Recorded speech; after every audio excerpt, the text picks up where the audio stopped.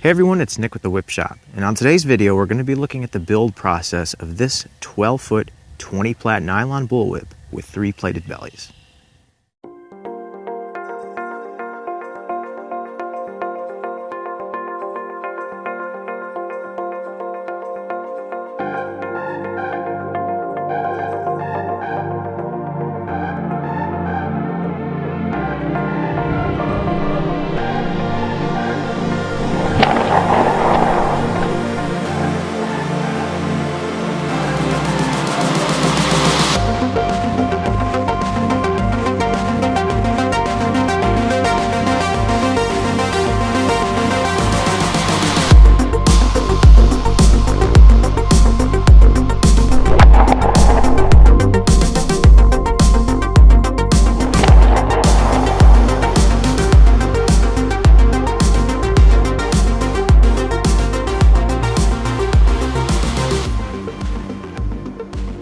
The biggest advantage that I see personally with having a whip with 3 plaited nylon bellies is its rollout. It's unreal. When you roll out a whip for the first time, that's something that really sticks with me. The rollout is so important, the physics of it, delivering the energy across that thong, ultimately to have that whip crack, that's so important. This whip has a 3-pass 6x7 Turk's head knot at the heel with a wrist loop, a 15-inch handle, and a 20-plat overlay. Now something that's unique about this whip and all other whips that I make with 3 plaited bellies is that the first belly starts just before the transition. And the reason that I do that is because I don't prefer to have a handle that's so thick. If we had 3 plaited bellies underneath this handle, I'm just not crazy about that really fat handle. So in this video we'll be starting the first belly right before the transition. Now this is something that might be completely foreign to all of you if you've been following my instructional videos, but I really recommend you give it a try so you can experience just how beautifully a whip with 3 plaited bellies rolls out.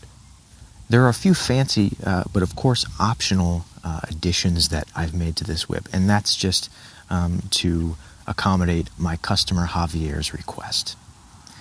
At the transition we have a silver ferrule with 2 6x7 2-pass Turk's head knots on either side. We'll be looking at how to build those up. Once again, that step is optional, as well as the wrist loop.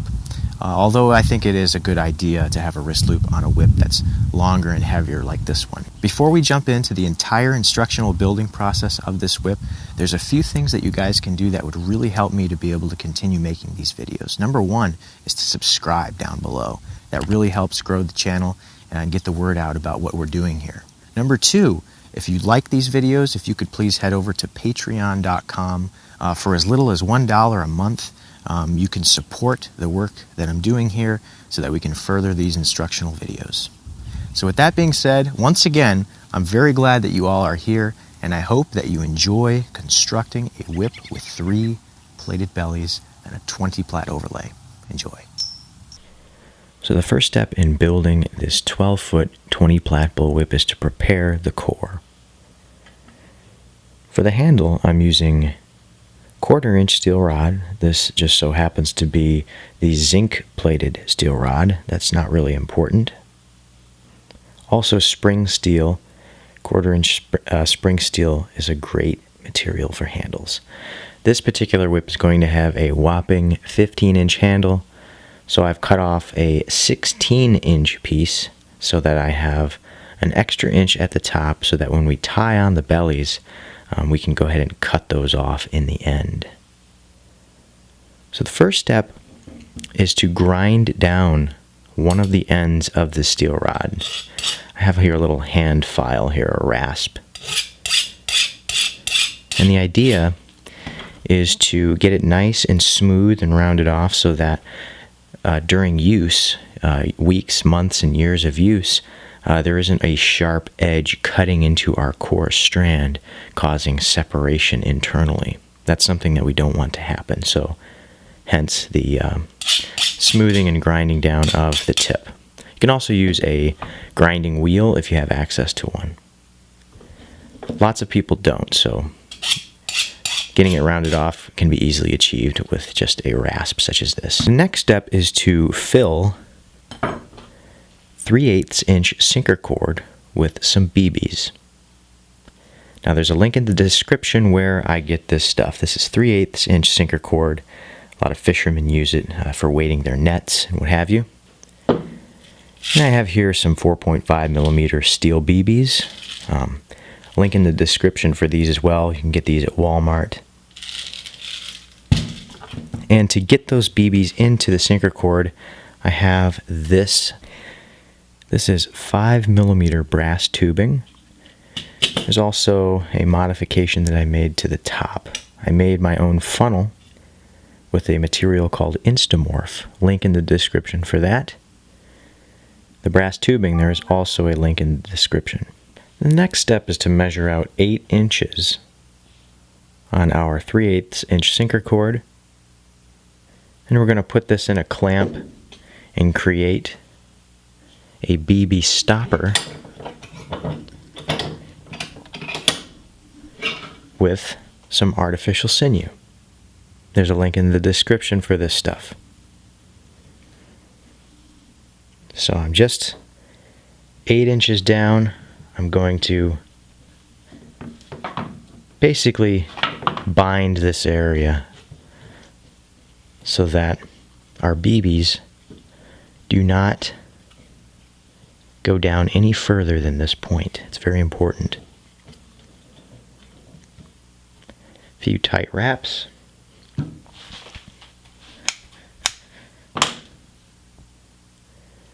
And just a couple of knots to hold that in place. And if you've never used this artificial sinew before, it's fantastic material because it is waxed and it sticks on itself.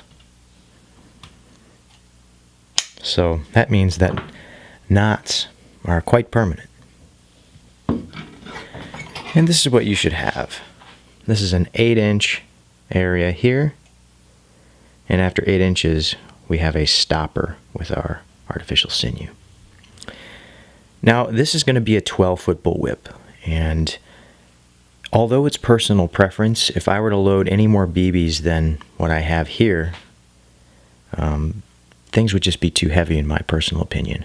But weight in a bullwhip, like I just mentioned, it's up to the thrower, it's up to the owner. Some people like a heavier whip.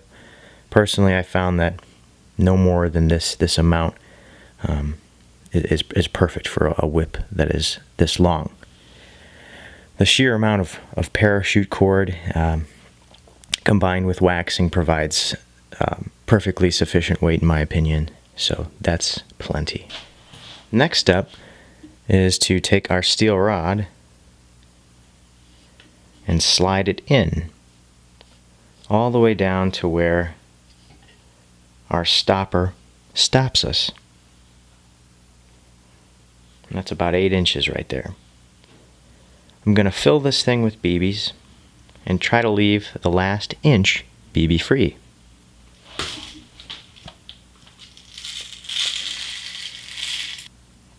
I think we're going to add a few more here.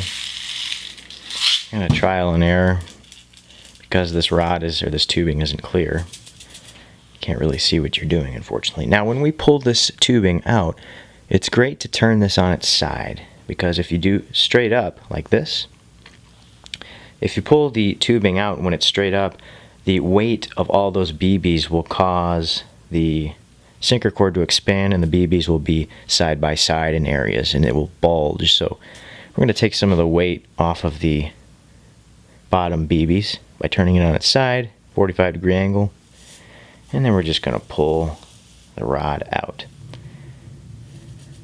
Now find the 1 inch mark, pinch it, and then remove the excess BBs. We can put those back into our bottle. And you should have about 7 inches of BBs in the core with a 1 inch BB free section. And I'm just going to straighten up this a little bit. I'm going to cut off those frayed, or the frayed end of this sinker cord.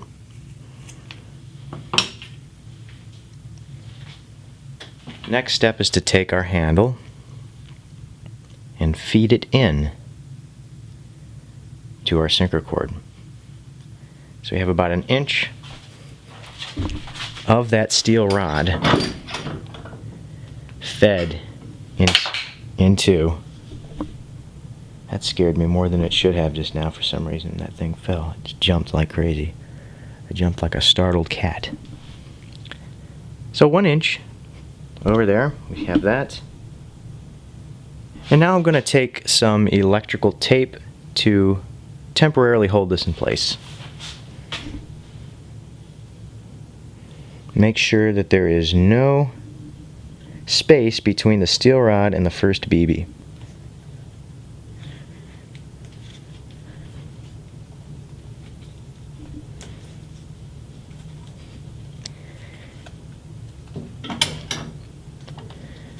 This electrical tape isn't adding any strength.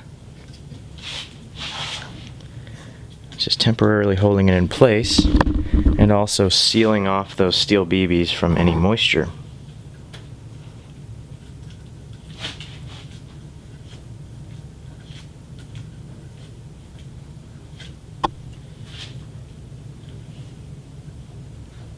Coming up to the area where the BBs stop and carrying that on another 1.5 inches or so. Now we're going to wrap this transition area with our artificial sinew. This is where we're getting all of our strength from, not the tape. There's a big misconception there. So I'm starting the artificial sinew at our top here and just spiraling down. And we want this to be really tight because this is what's holding that core in place. And now I'm just doing this little spiral pattern that you're going to be seeing quite frequently in this build. We're going to be doing this to all the bellies. Anywhere there's binding, I like doing this crisscross pattern. I find that it's a very strong pattern. So now we're getting ready to dip down into our actual transition where the steel handle meets the first steel BB.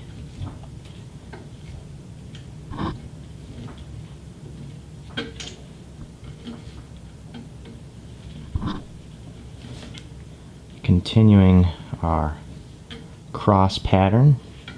And I'm going to continue this cross pattern about 3 inches down from the point where the steel handle touches our first BB. Going out of frame a little bit there.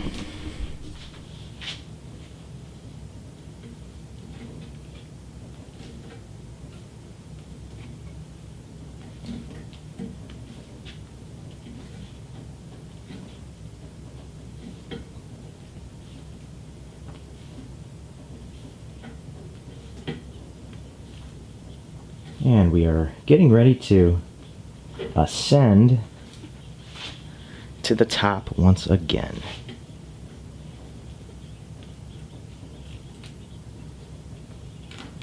And now working our way back up to the top.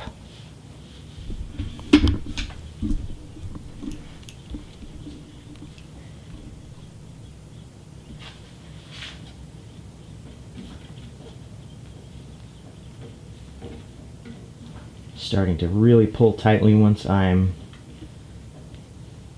coming up to the actual transition.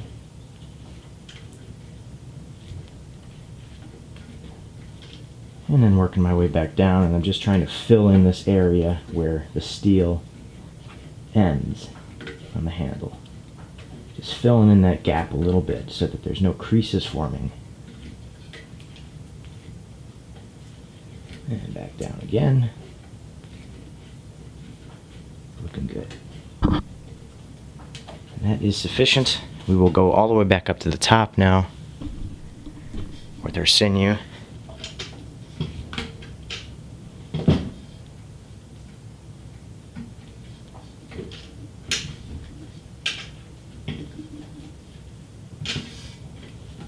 Now I'm going to cut the sinew and tie couple of half hitch knots around the back and through, around the back and through, and that will hold that in place for us. It's one of the beautiful things about sinew, artificial sinew, is that it's waxed and it sticks on itself. Now we're going to wrap the exposed steel on this handle with hockey tape. There's a link in the description to where you can find hockey tape. Now what we're doing here is we are wrapping all of the exposed metal on this handle with the hockey tape. And the reason that we're doing that is because when we go to tie on our next few bellies, we don't want that parachute cord on bare steel because it'll slide around a lot. So this hockey tape is great because it has glue on one side, and the flat side here, the top part is a soft fabric that provides plenty of traction to other fabric materials such as nylon parachute cord. And it's a lot more grippy, and our next few bellies on this whip are going to achieve a lot more traction, and it won't be slipping and spinning. Now the core is quickly underway. As you can see, we just finished up wrapping with our hockey tape on the handle, but you may have noticed that I have not yet separated the 3/8 inch sinker cord core strand from the big spool. That's a method I personally like to use to avoid waste. So I'm taking a tape measure, starting from the top of the handle. I'm going to measure out 12 feet 1 inch. And remember, that extra inch is in regards to that extra inch at the top of the handle that we're going to use as kind of a dumping grounds or waste site for our ugly beginnings of our bellies, where all the nasty knots are going to be. We're going to cut that inch off at the end.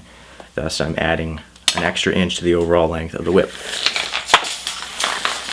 7 feet, 8 feet, 10 feet, 11, 12 feet. Wow, I need to get some more 3/8 inch sinker cord today, I guess. I just about ran out. And there's 12 feet, 1 inch, right there. I'm going to pinch that, and I'm going to cut it. Now, in some of my newer methods for making nylon bullwhips, you might remember that I don't use this sinker cord the entire length of the whip, okay? This is the exception. This is a 12-foot bullwhip, 3 bellies, a 20 plat overlay. That's a lot of whip. And I want the interior to be as strong as possible. Hence, me carrying out this sinker cord all the way to the fall hitch of the whip. So next, I'm going to lightly roll this core with my roller.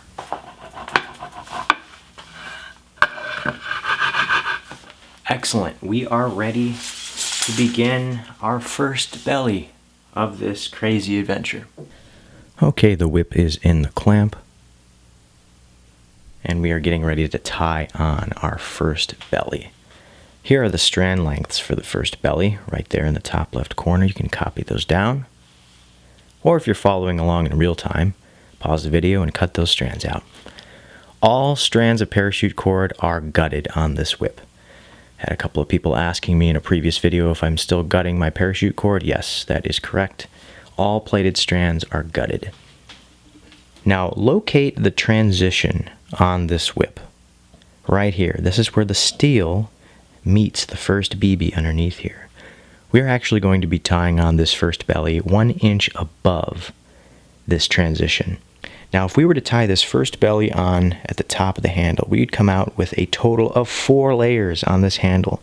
And in my personal opinion, that's just too thick of a handle. So that's why we're tying on the first belly 1 inch above the transition. So there's going to be a bit of a swell here. And I like that look. So here are my 2 longer strands. Once again, looking at the table up here, my 2 longer strands of this first belly. Now, I've marked the middles by just pinching. Do not tie knots to indicate the middles on this first belly, because that first belly is going to be underneath. So if you had knots, it would be bulky because we're going to be tying the next bellies over this area. So I've just found the middles by pinching. These are the two longest strands that are exactly folded in half, but the other two strands are staggered on the ends an inch. And that's to encourage the taper later on. So around the back, finding that transition point and tying on the two, doesn't matter which strands, I'm tying two of those strands on. And now I've got my other two strands. I'm going to hold these in my teeth to keep the middles. Keep the middles indicated and marked. And now I'm going to open up an eye on this first belly, slide those two other strands through. And then we're going to slide. And that is where the middles are. Now please remember, it does not matter which strands are which when I've tied these on. All that matters is that we have two of the longer strands exactly folded in the middle, but the two shorter strands of the first belly staggered like this, a couple of inches, to encourage the taper. So once that's said and done, I'm going to pull these tight, make sure that I am indeed an inch above the transition, and we can begin plaiting our 8-plat single strand under 2 over 2.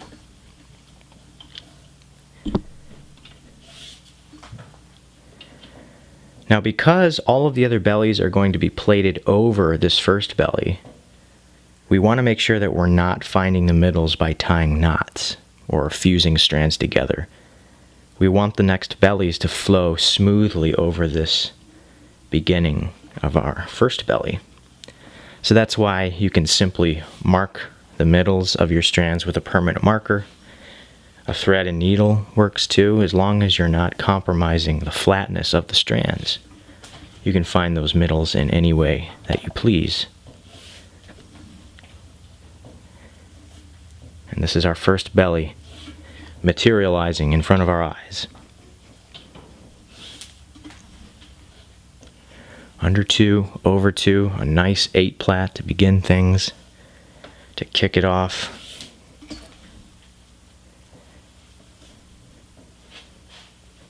As you can see, that's nice and flat all the way around. Our second belly is going to have no problem forming over this beginning. We are currently plaiting over the transition, so this is where it is very important that you pull the strands tightly. If you have problems with your hands, perhaps you're arthritic, and you want to limit the amount of plaiting where you're pulling very tightly, this would be the place to kind of go ahead and pull as tight as you can, as opposed to the rest of the whip. This is the transition area. This is where all of your springiness comes from. Tight plaiting, in addition to binding on the transition. So I'm going to keep plaiting under 2 over 2 single strand 8-plat until I come up to the point where my strands are too short to continue plaiting, and we will drop them there. We have been plaiting down the whip, and the time has come to drop our first 2 strands because, quite frankly, we have run out. But that's a good thing. That's the way that it's designed, and that's the way that we're going to achieve our nice taper. So this is the next strand. So this is the first strand that we're going to drop. Going to continue on plaiting under 2 over 2 until that strand is exposed on the top right side. There it is.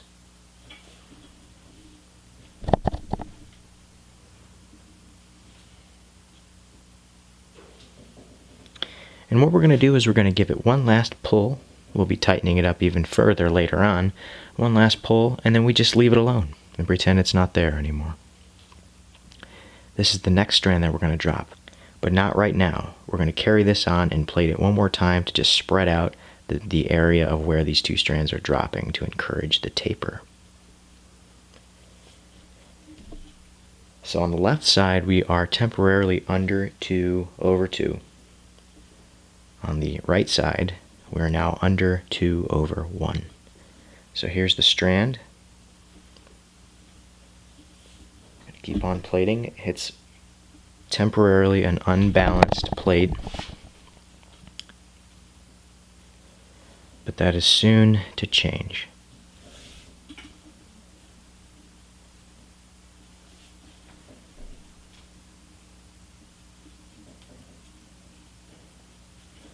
We are still under 2 over 1 on the right side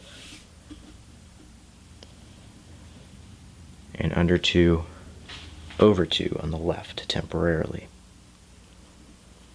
And here comes our strand that we're dropping. There it is. Same procedure that we did on the right side, we're going to now do on the left. One more tug, and then we ignore it. It's not considered even there anymore. So now we are at an even 6 plait, 3 strands on the left and the right side, under 2 over 1 on both sides. I'm going to keep on plaiting until I come up to an area where there are more strands that need to be dropped. I want to jump in here real quick and show you guys a helpful tip that I think will be important to know for you guys. So this 3/8 inch sinker cord is naturally flat, and when it comes off the spool, it's everything but round, as you can see. Now this could become a problem, especially if you're plaiting belly over belly. If you don't have a nice round foundation, that is going to reflect itself and carry on its legacy throughout all of your bellies, if you will. So a way to get around this that I prefer is to take the sinker cord and pinch it in half like this. Then we can go over it with our artificial sinew, and then it's folded in half, so that means that it's going to be a lot more round, okay? So let me show you a before and after. Here's after we've done that. You can see it's nice and round, and here is before. I don't know about you guys, but I much rather plait over something like this than over something like this, especially when we get down to 6 and eventually 4 plait. The less strands you have, the more pronounced that flat core is going to be. So I recommend going all the way down. I know it's strenuous, I know it's tedious, but wrap like this, fold it in half, and go all the way down to the end of your 3/8 inch sinker cord. Go down, and then go back up. And once you get all the way to the end, turn around and go back up to the top. And that's going to really help you. Alright, we are running out of our longest strands of our first belly. So at this point, we're going to pull everything tight and bind these strands to the core. So the first step is to take all of them, give them one last pull. I'm just going to fold them around the back like this. Got my artificial sinew in hand. And this part we want to be very delicate with. We're not binding tightly, we're not wrapping tightly here. This is just to hold the strands together. We're going to be letting the pressure from the next few bellies and ultimately the overlay do the constricting here. So I'm going to grab my first strand. Let me make sure that's tight so it's not going anywhere. Grabbing my first strand, and I'm going to cut it at an angle. My next strand, a little ways down, I'm going to cut that at an angle. And finally, I'm going to back out here a little bit, taking that second to last strand, and then I'm going to add a little angle on the longest strand here. As you can see, I'm allowing a lot of distance here for these strands to be carried out. Every little bit counts for the taper, so I like to I like to take the full advantage of being able to manipulate these bellies while we can, because once that overlay is tied on, we won't have the luxury of being able to just make the taper better here and there. And I'm going to continue wrapping these strands very lightly. All the way down. Almost letting the weight of the spool determine the tension. We are wrapping only 2 strands now. 2 strands and the core.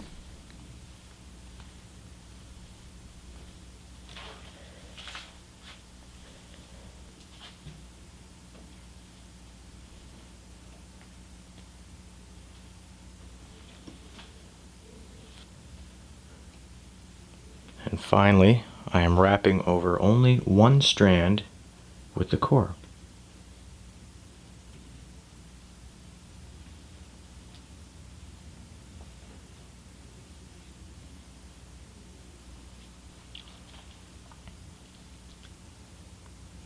And once I've reached the end, I'm going to go over this strand and just carry this binding, not binding, but carry on. And I'm just going to carry on a few more wraps past that last strand, 1 inch. And now I'm going to go back up to the top, repeating what I did, and so that I'm not pulling tightly here.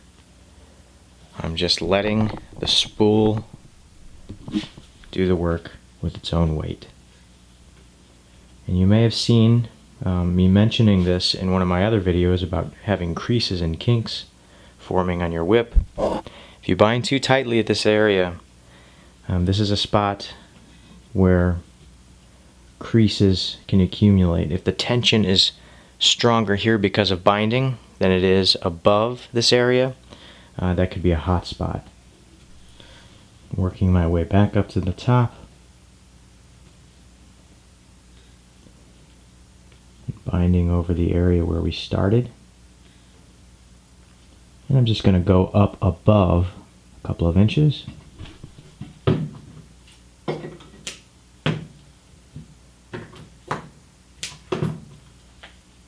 going to grab another piece of artificial sinew that I've cut off here into a loop. Grabbing this strand that I cut off, and I'm just going to wrap the loop around a couple of times. Take that strand, put it through the loop, pull it, and then grab the other loop, or grab the loop itself and pull that through. And there we have all of the strands. Now notice just how much distance we allowed for ourselves to end this first belly. When I first started making whips, I was ending my bellies in 2-inch segments, and that just was not good for the taper. Allowing all this distance and tapering, dropping your strands in the staggered fashion, even cutting the strands at an angle, will really help the taper for your whip. The next step is going to be to bind the transition here. But before we do that, we're going to snip off our dropped strands. Because these dropped strands are so short, it's hard to pull them with your fingers and get any type of tension. I like to take a pair of pliers and just give them each one last pull. Give that one a pull. Snip them. Leave about 1 millimeter on each one. Now I'm taking my lighter and I'm just melting those dropped strands. Get them a little bit melted there, and then I'm just pressing them into the belly. If you're going to use your fingers to do this, be careful. Molten paracord has a way of sticking to your fingers, and it's just not fun. Give a little pull with our pliers, another pull. And this is the beautiful thing about dropping strands on bellies.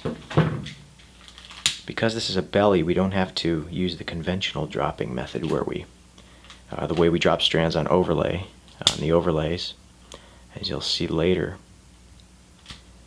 we can just drop them on the outside like this. That's looking good. Now we have the whip in the clamp, and we can see the first belly right here, and there's a couple things that I'm reaching for and I have on hand at this moment. Number one is our hockey tape. Number two is our artificial sinew. So we're going to start off by lightly wrapping our first belly with the hockey tape. And what this is going to do is it's going to provide a mesh or a netting so that our artificial sinew doesn't leak through the cracks or the seams in between each strand of parachute cord. This ends up making things a little bit stronger. So I'm going to start this just above that swell of the first belly. And this is another misconception here. This isn't really doing anything for the structural integrity of the whip, but more so providing a flat surface for our artificial sinew to be binded over. So I'm just going to wrap down here 8 to 10 inches, and as I near the end, I'm really wrapping lightly. And the reason that I'm wrapping lightly at the end here is to once again encourage the tapered rigidity of the transition. So we have our tape on here, and I have my artificial sinew, and we're going to start just before that swell of the first belly, just before it. Make sure that that is in place. Now I can start binding the first belly. And the way I like to do it is in this crisscross pattern here. I find that it's a very strong pattern. This crisscross, down 45 degrees and up 45 degrees. And it's very important that we pull very tightly here at the transition, just like with the core. This is the focus of all of the tension on the whip. So I'm going to go down.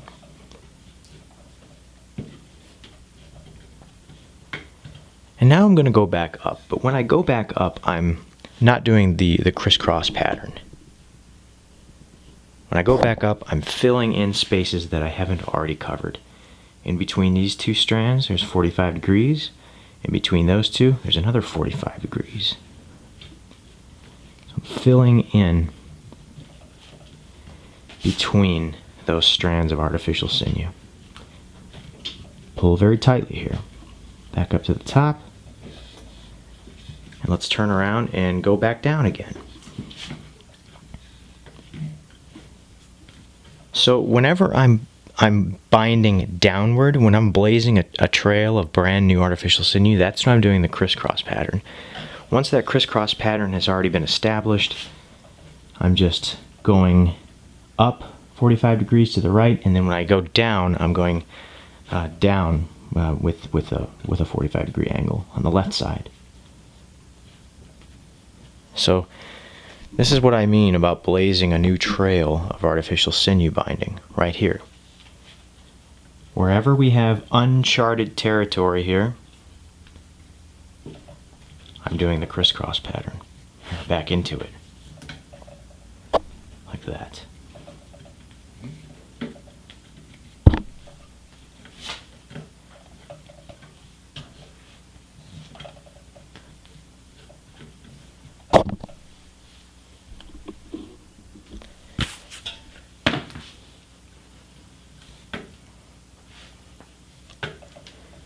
And back up again, going where I haven't been before. And once we start getting close to the top, it's going to be really hard to see where you haven't been before. As a matter of fact, there might not be a place where you haven't been before. And in this case, we're just going to be binding over, using our best judgment.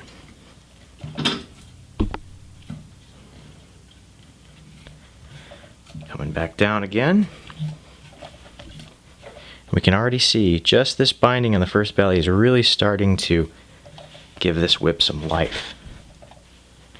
And we still have 3 more total layers to go.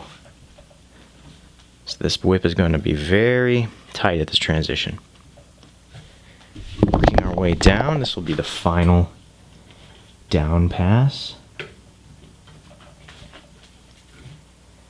Re-entering into that crisscross pattern here.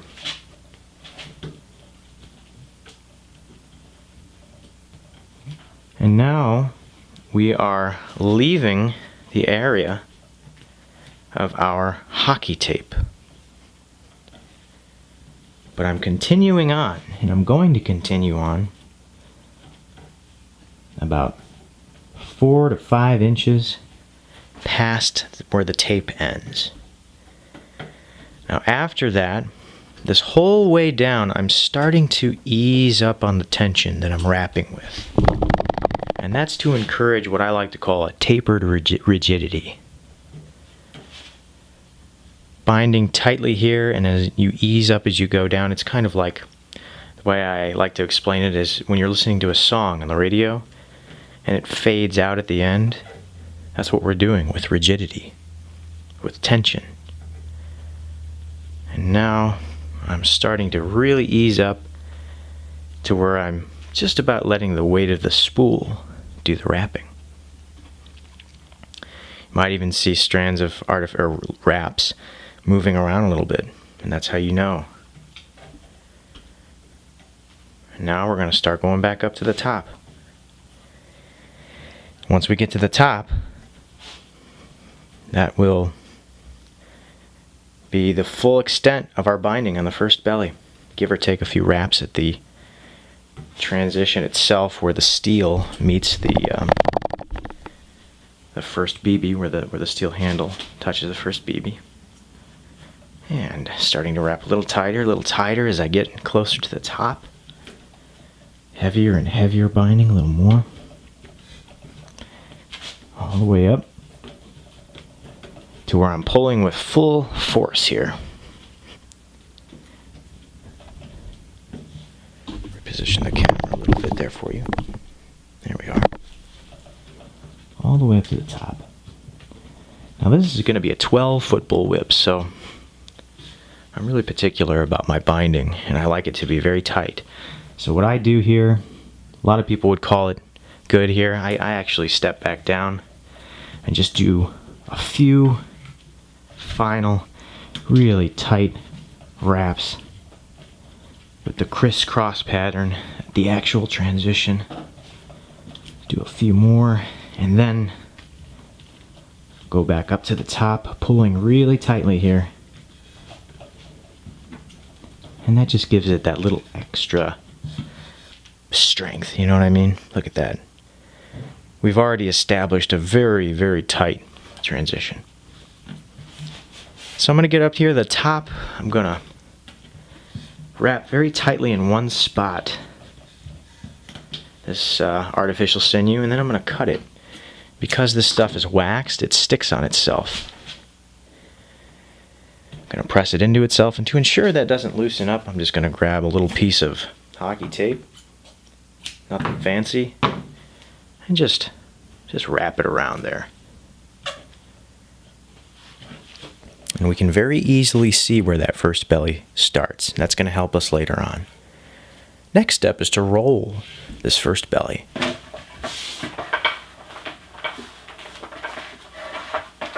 I like to roll the first belly after I apply the artificial sinew because it really helps it grip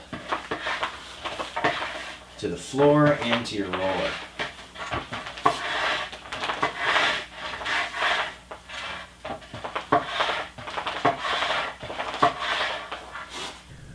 Alright, we've got the whip in the clamp and we're getting ready to tie on our second belly. Now, we're going to be tying on the second belly in the conventional area, right up here. Here are the strand lengths required for the second belly in the upper left corner there. You can copy those down, or if you're following along, you can pause the video and cut your strands out. Now I have here my 2 longest strands. Once again, the 2 longest strands I have indicated with knots, the middles, and they are folded exactly in half. Now, the other 3 strands, it's a different story. The knots don't indicate the exact middle, but more so an area where they're staggered a little bit. So if I take one of these strands right here, you can see the knot. If I slide my fingers down, you can see that they are not exactly folded in half. So the 2 longest strands are folded exactly in half, but the rest of them are off about an inch or 2 to encourage taper. So I hope that makes sense. All right, I'm going to take 3 strands from my table up there on the left-hand side. It does not matter which 3 strands we tie on first. It can be any of those strands. So around the back, right side gets crossed over the left-hand side, making sure that our middle knot indicators are directly behind the steel. Now I'm going to grab my remaining strands. Because I already have the middles indicated by the knots, I'm just going to find the ends.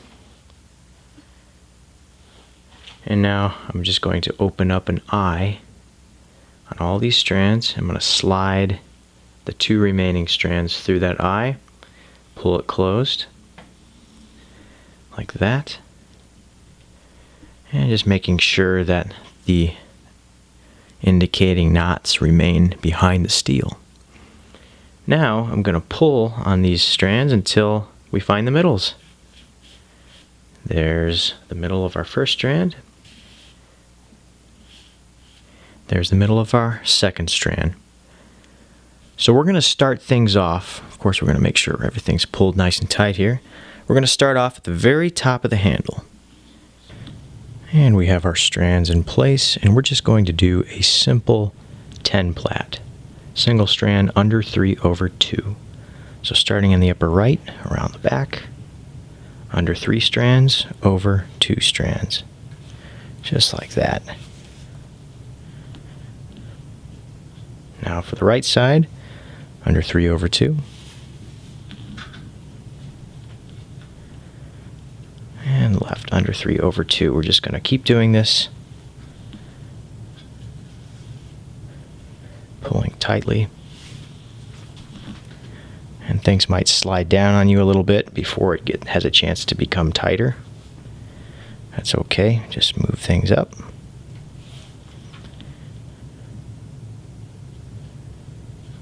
Under 3/2.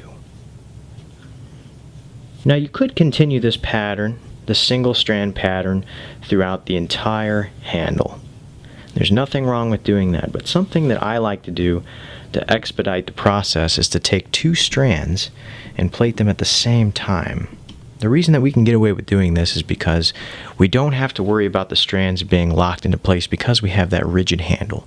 There isn't a lot of force being exerted on these strands, so to get this done a little quicker, I take 2 strands at the same time around the back under 3/2. So it's essentially the same thing that we were just doing, but with 2 strands side by side. And I'm actually going to plait this entire handle like this.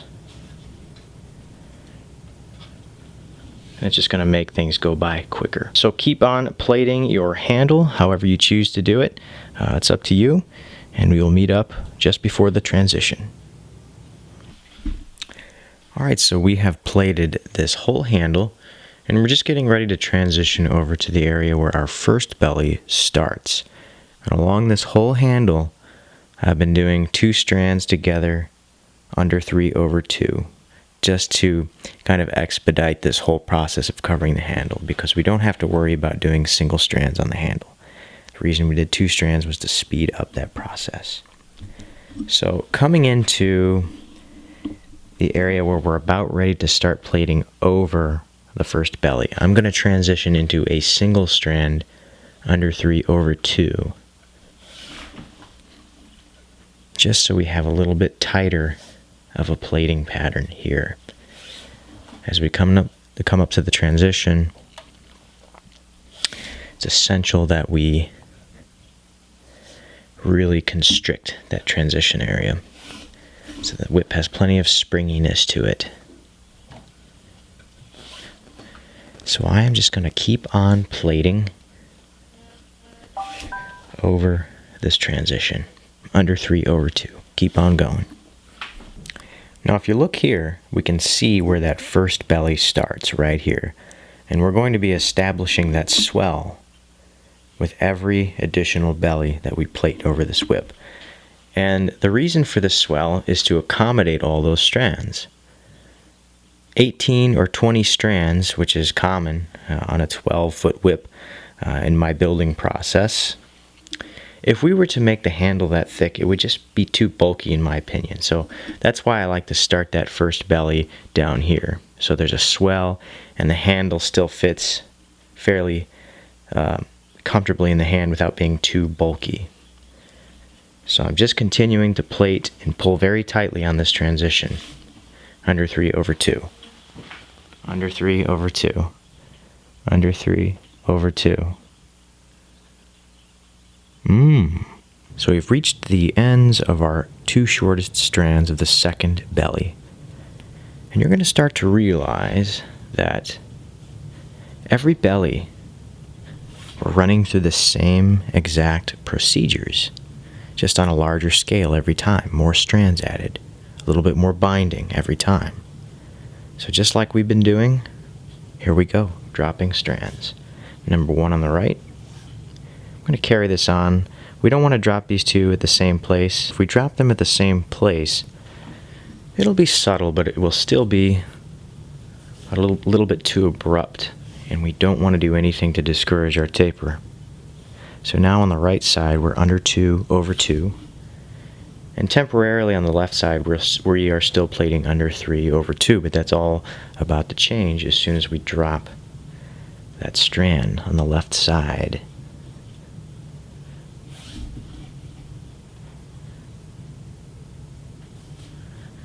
Under 3 over 2, coming up on the left. Here comes our drop.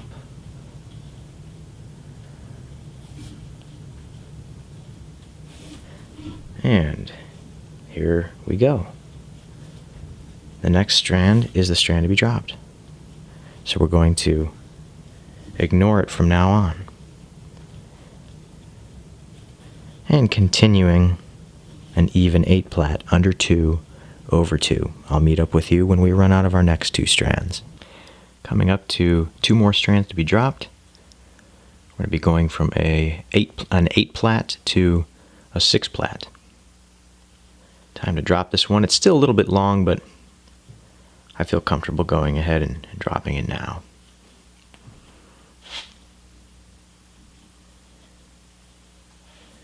Under 2 over 1 on the left, and temporarily under 2 over 2 still on the right hand side.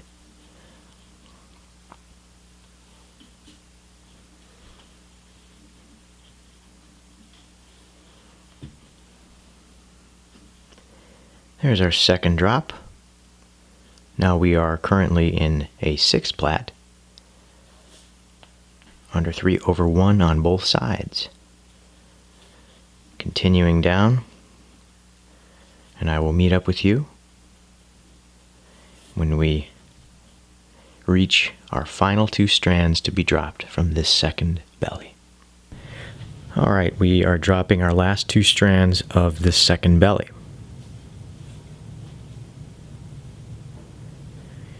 And it might be a little repetitious by now, but I am going to show every time I drop strands, because I know that is helpful to some people. Showing the entire process. Here's our first dropped strand. Goodbye to you. And now on the left side, we are under 1 over 1.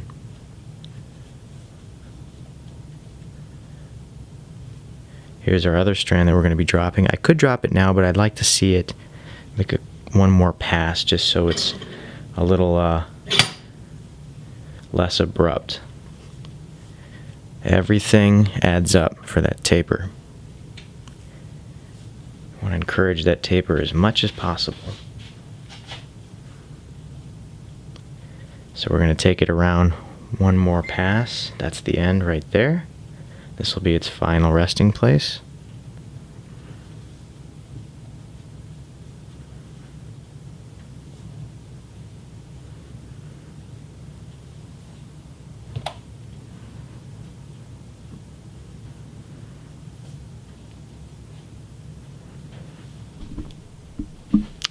And there it is. We are going to finish this thing out in under 1/4 plat till we come up on about 6 inches left of all 4 of these last strands, and then we're going to do what we did on the first belly. Same thing. We're just going to bind them to the belly and cut them in a staggered fashion to encourage the taper. So under 1/4 plat until we reach 6 inches on all these long strands. Alright, we've come up on our last 4 strands, and just like we did last time, we're going to pull them and wrap them around our core and bind them to our core.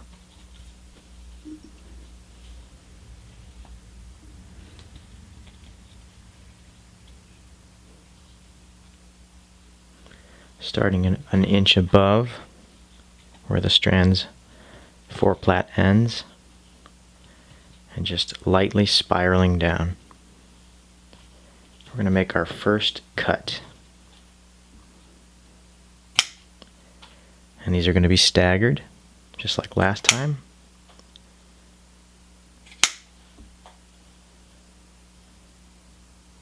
I even like to cut the strands at an angle, once again, to help the taper.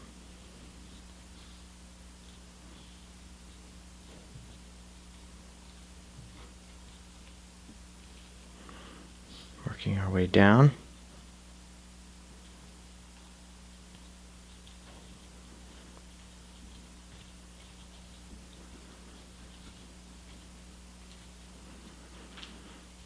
And now we are only binding 1 paracord strand and and our core, that is.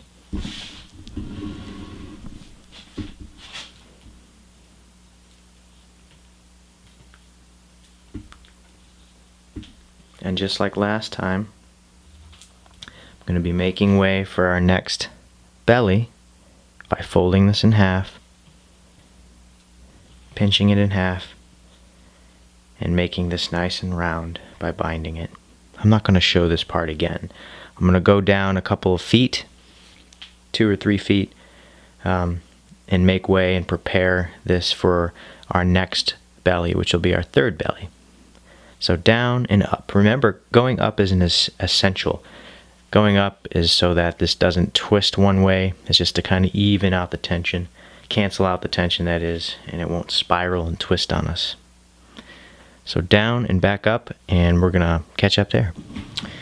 So we went down and then we came back up, and we're gonna repeat that step where we form a loop.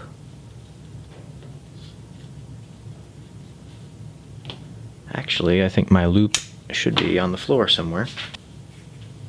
There's my loop from yesterday. See, kids, that's the benefit of not sweeping.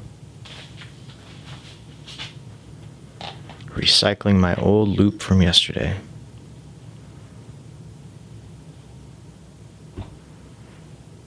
And through the loop. Now this little strand is kind of short, so I'm actually just going to hold this, pinch it with a scissors until that loop bites. Now we can pull it through. And there we have it. Got it. Second belly, and it already feels like a whip. It's always a good sign. So now we're going to snip off those dropped strand extras. First 2 strands. Cutting them out.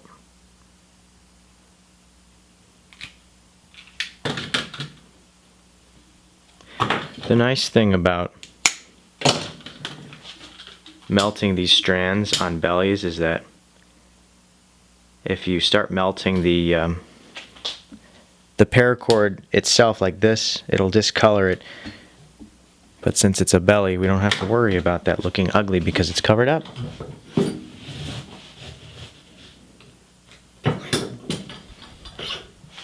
Who's up next? These guys.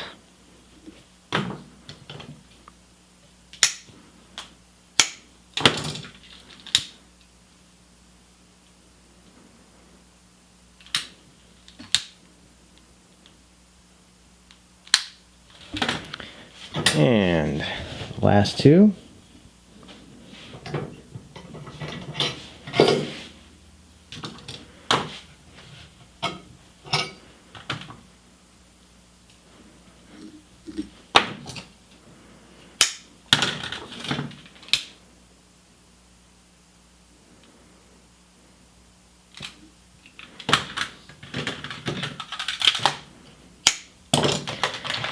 And here we are cutting and melting the last dropped strand of our second belly.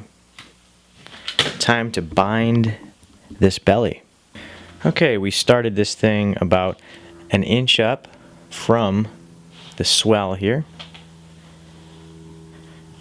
And I've begun my binding with my hockey tape. Hear an airplane out there. I tried to rent a plane today from my flight school that I went to when I was getting my license, and they pulled a fast one on me. Nah, just kidding. It said the plane was free in the schedule, but apparently right before I called, they made the decision to switch places, and that plane was no longer available at the last second. So I'm not flying today, which is good because I got a lot of work to do. So now we're going, we stopped with the first belly, we ended with the tape about here. So we're going to go just about double that. Remember, the last few passes, or the last few wraps, should be gravity tight. See that? And then we're going to cut it. Now we're going to pull out the artificial sinew and start the real binding. That's where the transition starts. Nice job, Nick. Hey, at least I'm consistent. I make the same mistakes twice. There we go. I did that same thing in the first belly. Alright, we're pulling real hard here, guys. Doing our cross pattern.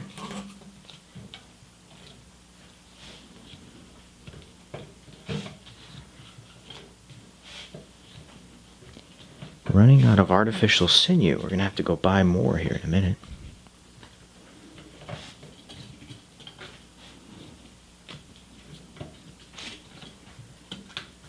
Down. A couple more crosses here. Now we're going to go back up again, filling in the spaces that we didn't go. See, there's a space between these two at the 45-degree angle. Filling in between. Another two. Filling in between. Another two. You get the idea. In between. We want as much surface area of the sinew as possible on the second belly. Descending, we're going to do the same thing in the middle of these two strands. Basically, any place that there isn't sinew, we want to fill in and even it out. Between, in between, and now blazing a trail here.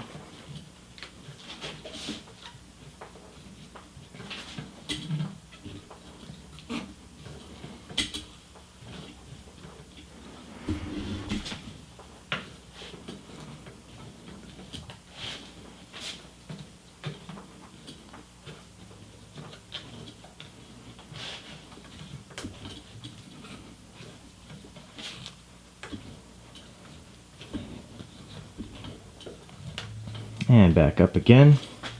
Same thing. Now as you start to make more than 4 passes, up one, down one, up one, down one, that's 4. You're going to start to notice that it's going to get a little tricky to see where you haven't been. Use your best judgment.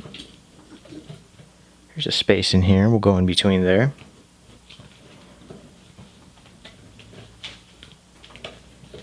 Doesn't have to be perfect.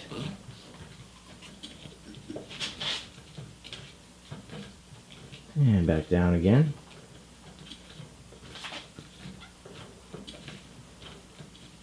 So we went down, up, we went down again, we went up again, and we're going down for the third time. And this will be our last down pass.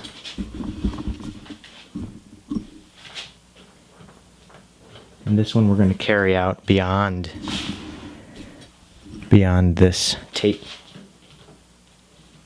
because we still have one more belly after this, so we don't have to rely fully on this second belly binding.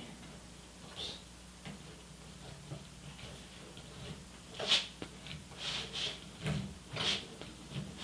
Slowly reducing tension just a little bit.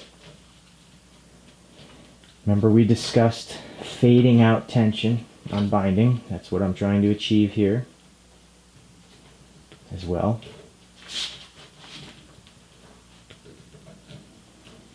Easing it up a little bit. Still in the frame, good. Barely.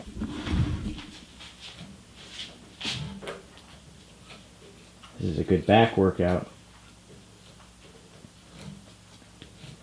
And still easing up the tension. Going beyond that tape. Just a little bit. A couple of inches or so.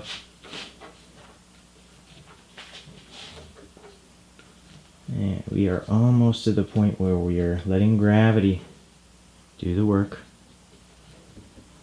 At this point we can start going back up again. Filling in those spaces that we haven't already passed through. Up we go.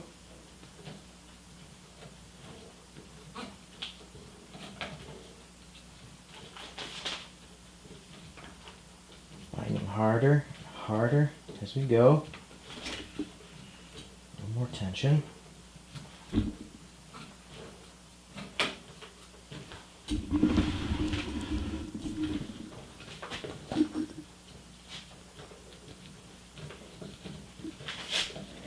And here we are pulling with maximum tension. Just going to estimate, I'm probably pulling right now 40 pounds. 40 pounds every time. And I feel it. And coming up to the top, gonna wrap this a couple times. We're gonna cut it. Make a couple of half hitch knots around the back. Pull around the back, through and pull.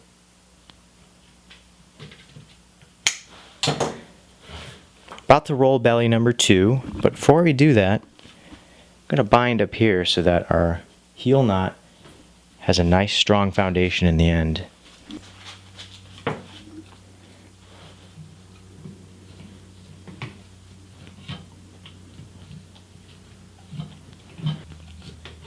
Like I said, what this is going to do is it's just going to provide a nice solid platform so that when we put our nails in the end, it's going to be very solid, and that transition, that foundation will not be sliding anywhere.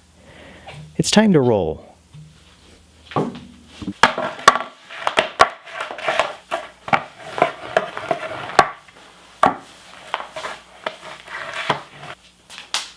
After the roll. Oh yeah. Belly number 2 is complete, rolled, binded. Now it's time to start belly number 3, the last belly. What is going on with my hair? I want to tell you guys a little tip here.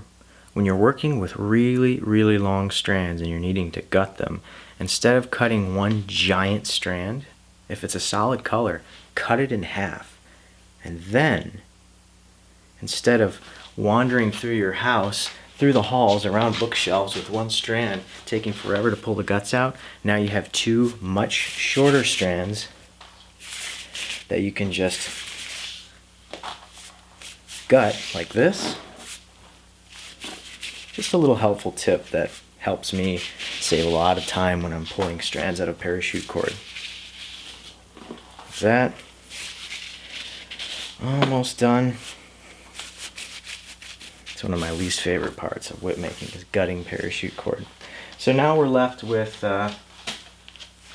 2 long strands, and then all we do now is fuse them back together, melt them back together, close them up.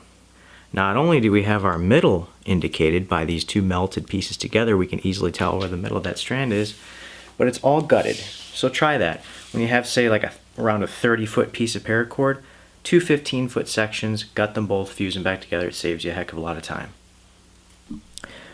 Well guys, off we go with belly number 3, the final belly of this whip before the overlay. Now here are the strand lengths right up here for our 3rd belly of this 20 plat 12-foot bullwhip. Here are the 2 longest strands of this belly. These are cut directly in the middle, meaning 50% on one side, 50% on the other, and all of the rest are staggered, meaning that one side is 3 inches longer than the other side, and that's to help encourage taper. Why do I feel like I said that 2 other times in this video? Oh, I did. Yes, for each belly, that's exactly what we're doing. So, taking 3 strands, does not matter which strands we take. This is going to be a 12 plat belly. We're on the back. Doing this for the 3rd time. 3 out of 4 times. We have to do this one more for the overlay eventually. And now the middles are indicated. So I'm going to let go. Find the ends, opening up that eye, sliding through, pulling it closed, and starting it off here in a second, but we need to pull these to the middle. There it is. Find our next one. There's the middle. And finding the middle of that final strand right there. And give this a nice pull. We're going to begin our 12 plat. We're going to start out with a herringbone single strand, and then we'll ease into that 2 strands side by side later on to speed up the plating process on the handle. We're doing this in we're doing this in herringbone to start off with, so that we establish a nice strong bond here with our 3rd belly. Boy, is that ugly. What if this was the color of the overlay? Wouldn't that be crazy? Mustard yellow, bright yellow, and black. Actually had a bunch of really unpleasant colors in my opinion, and I needed to use up the paracord, so this was a perfect opportunity to do so. Under 3 over 3 12 plat. Gonna continue that on for a little bit. Alright, we've established a nice strong bond of our 1st belly. Once again, the reason that we did a herringbone is because it's a more secure pattern, and once we put our heel knot foundation and attach it, it's going to be a little bit stronger of a foundation for those nails to go into and anchor themselves into. So now, since we've established that strong beginning, I'm going to grab 2 strands at the same time and plait the rest of this handle under 3 over 3, but with 2 strands to half the time. See that? Just like we did on the other bellies. Okay, we have been plating along here. The entire handle has been plated, just about, and we are reaching the point where we are about to enter the transition zone. As you can see, if I pull these strands back, we can see where that 1st belly swell is very present there. So that means we need to transition from plating 2 strands at the same time over to single strand plating, 12 plat, under 3 over 3. And as we enter that transition area, we want to make sure that we're pulling, yes, you guessed it, nice and tight.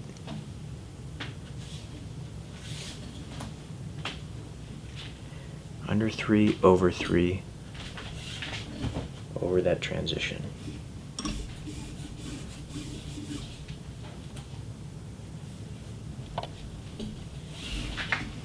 can't get over these colors. Mustard yellow with an orangish yellow, black and tan.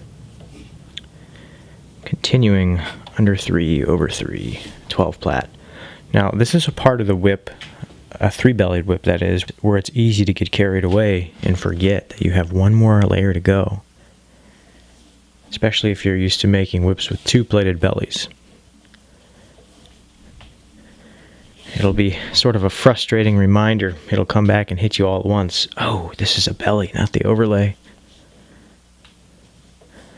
But this is a whip where it's very important to take your time.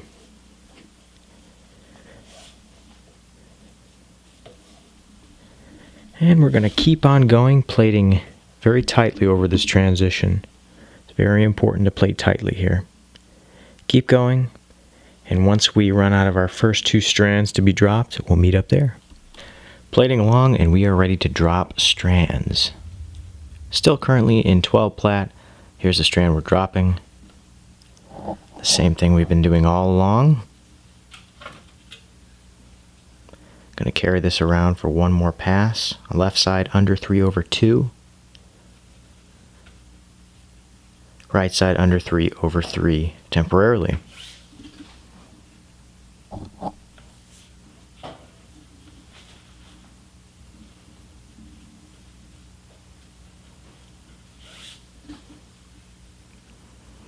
Under 3/2 on the left.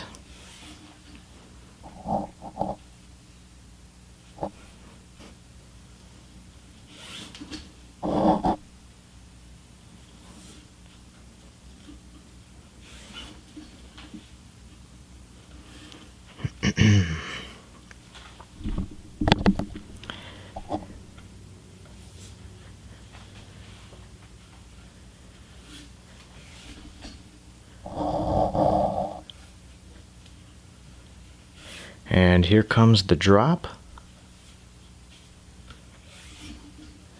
Drop strand. Now we are under 3/2 on both sides. 10 plat on left and the right.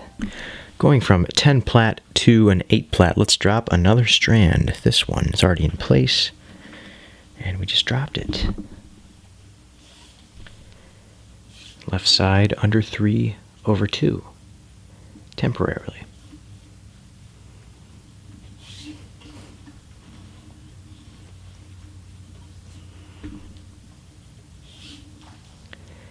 It's nice to be on the 3rd belly of this whip, coming up about 70% through the 3rd belly. Here's our strand. We're going to let it go now. Actually, no, we're not. We're going to carry it on one more pass just to help out that taper. Strand is a little short. I'm going to grab a pliers. See you later.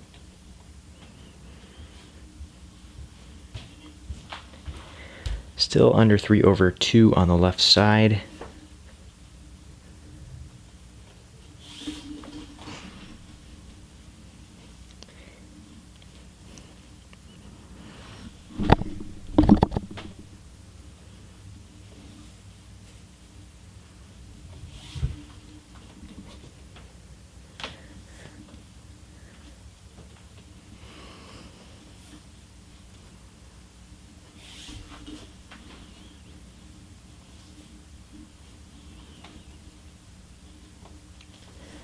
And finally, here comes the drop. There it is. We are now an 8 plat, under 2/2 on both sides. Going to keep on plating until we come up with more strands to be dropped. Okay, I have been dropping strands, and now we have reached the point where it is time to bind these strands, cut them once again for the 3rd time, 3rd belly.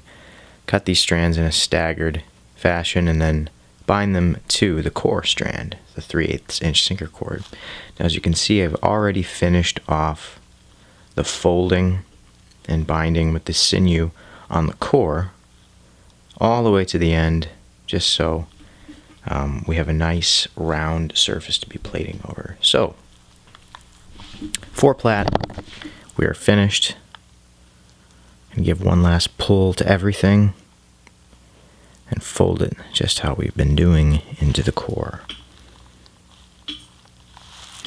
Now I'm reaching for my artificial sinew. Just got a brand new roll of this stuff in the mail.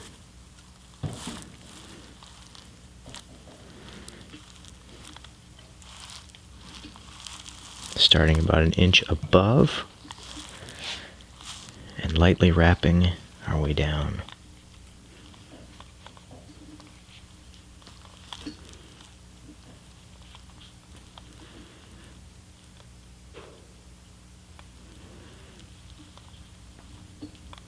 We're going to cut our first strand at this point.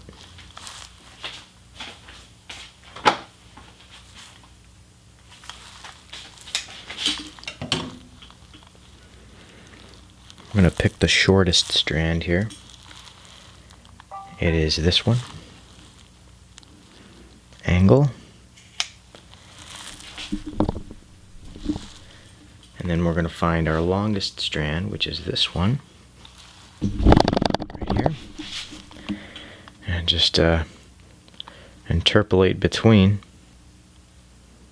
and make them all decreasing in length. The next one here.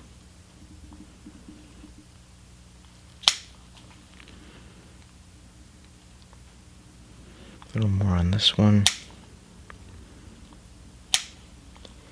And that last one could be a little tiny bit shorter. And now we can finish binding those strands to the core.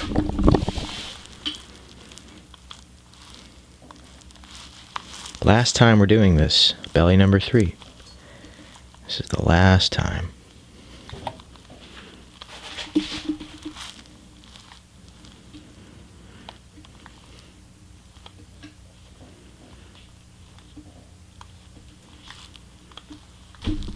And here we can see I am binding the last strand to the core. Going to continue on about an inch. Then I'm going to work my way back up to where we started.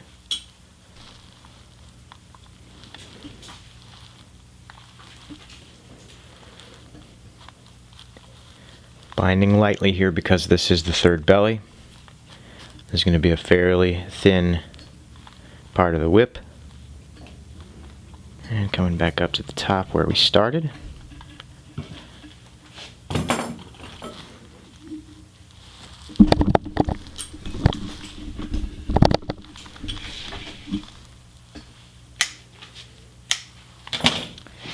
Forming our loop for the third and final time.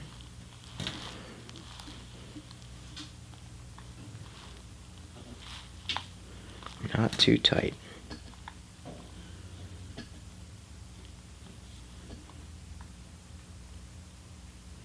Through the loop. I'm going to use a pliers to pull the loop through.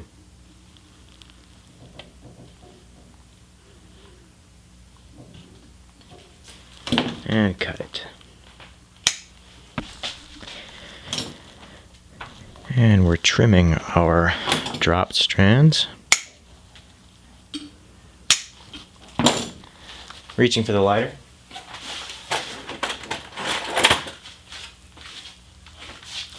And melting them into the belly beneath. There's one. And I'm going to do this for all of the strands that we've dropped.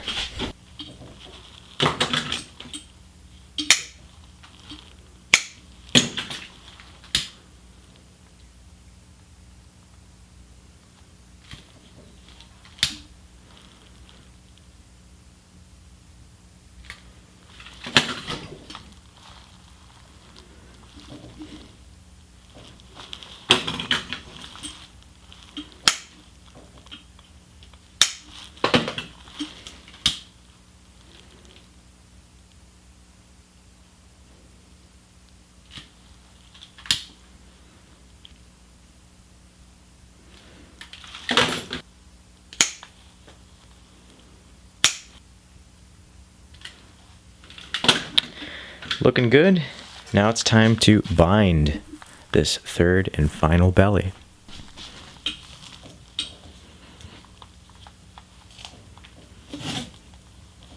Hockey tape going on, and we started once again about an inch above the swell of our first belly.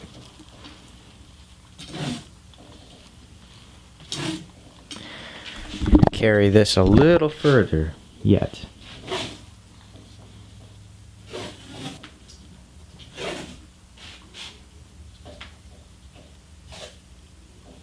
Couple more wraps, we're going to call it good.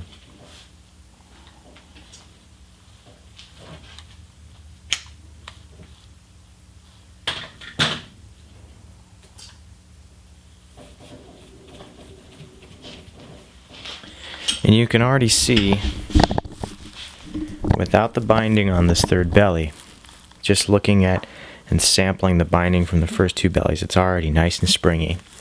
This third belly and binding is really going to give the whip its springiness. And because it's 12 feet long, there's a lot of pressure and weight.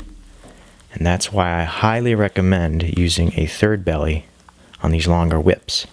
This part is gonna last so much longer and provide so much more springiness to the whip and make it easy to crack for a whip so long.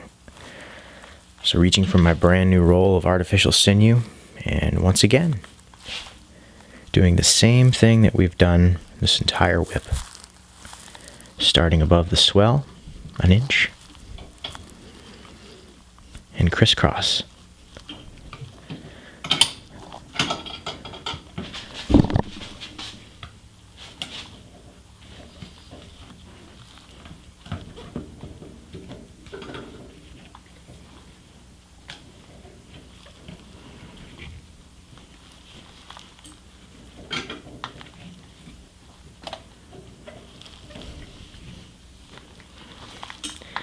And this is our last chance to have tight binding on this whip.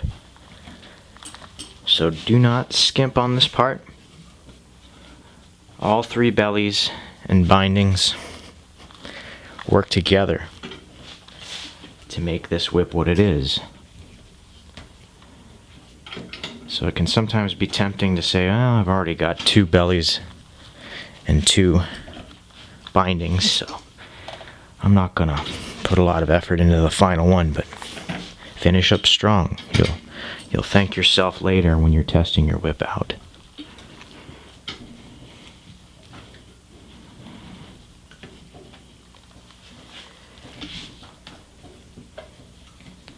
So we're gonna go down and up a total of 4 times.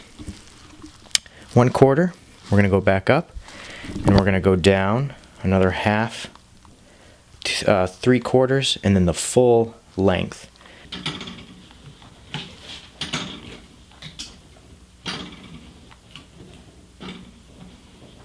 And now we resume our cross pattern. 45 degrees down and 45 degrees up. 45 down, 45 up. Now we want to take this all the way to the midpoint of our hockey tape.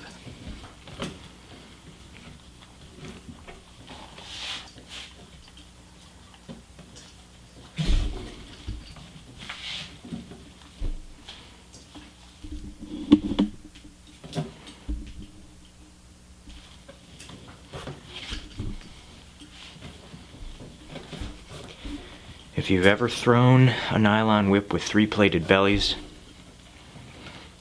there's a certain feel to it that you just can't achieve with only having 2 bellies. 3 bellies on, say, a 5 or 6 foot whip, in my opinion, are unnecessary.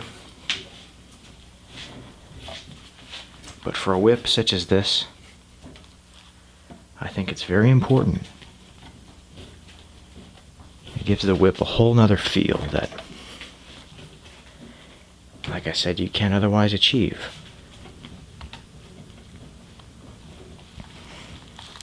Filling in where I've not been before again. I apologize, I'm going off camera quite a lot.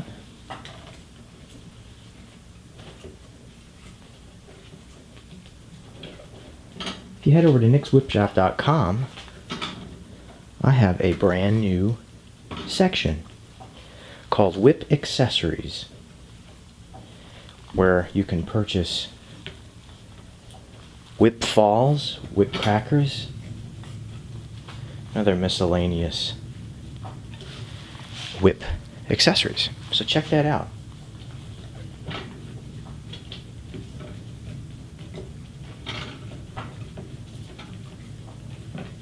Trying to bind where I've not been before.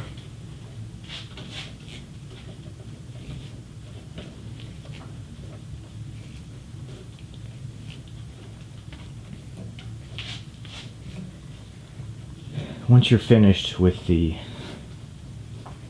binding on the third belly, I oftentimes consider that kind of the final lap, the final stretch.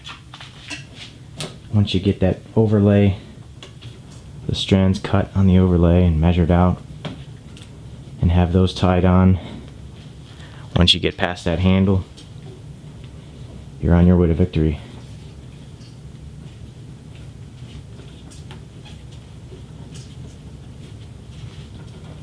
Building a whip 12 feet long with 3 plaited bellies and a 20 plat overlay, that's no walk in the park, shall we say. That is a lot of work.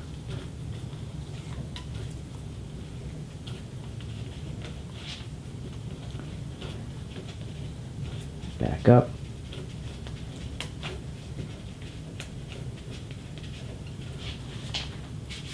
You can see that tapered tension. Take a look at this. If I pull here, that feels really nice.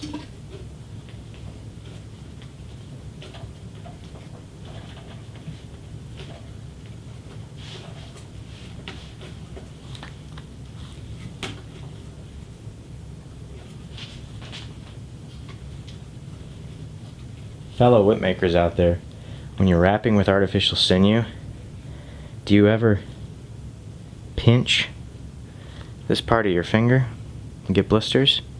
I do quite a lot. I got one right now. Should be wearing these on my right hand too, I guess. Ouch, did it again.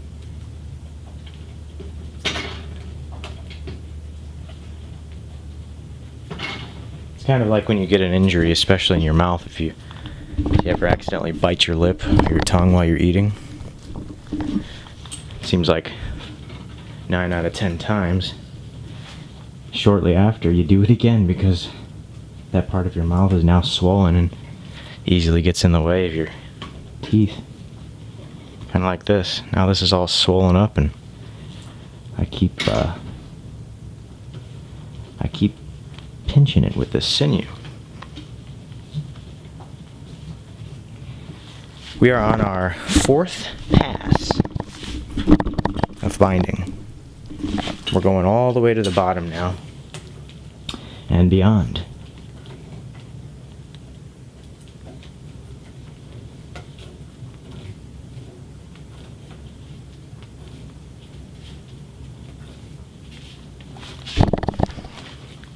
Looking good. And now we're finally blazing a new trail here. We are back in our cross pattern.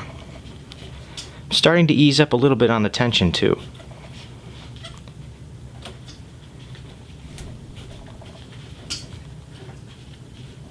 There we go. Easing up on that tension. Look at how nice. This is some beautiful artificial sinew. I started getting a lot of my whip supplies from a great fellow named Roy Parton from whipnation.com. Whipnation.com is a place where whip makers can shop.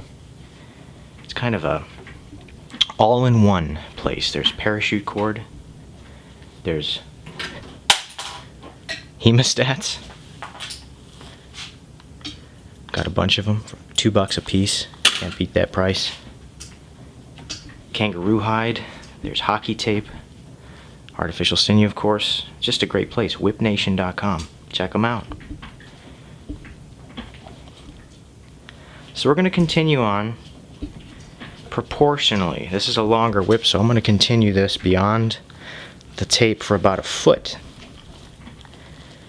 ever decreasing my binding tension as I wrap, as I get closer and closer,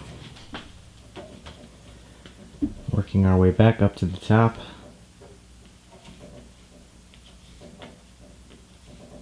And slowly increasing my binding tension as I get closer to the top. Just crossed over into our tape section.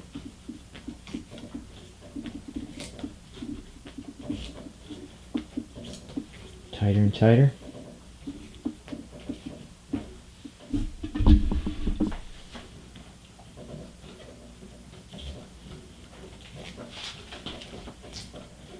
And this is the last area of binding on this whip.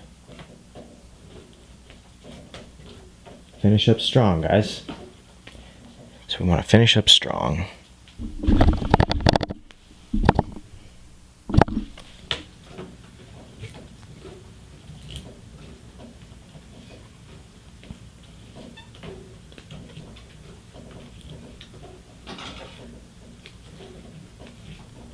All the way to the top.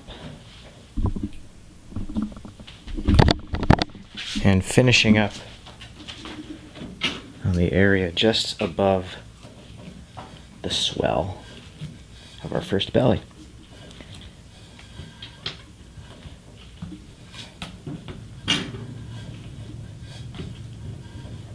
Gonna wrap it a few times on top of itself, and I'm gonna snip that, wrap it around, and now the binding on the third and final belly is completed on this 12-foot 20 plat nylon bullwhip. Before we roll this layer, we're going to add some binding at the top of our handle.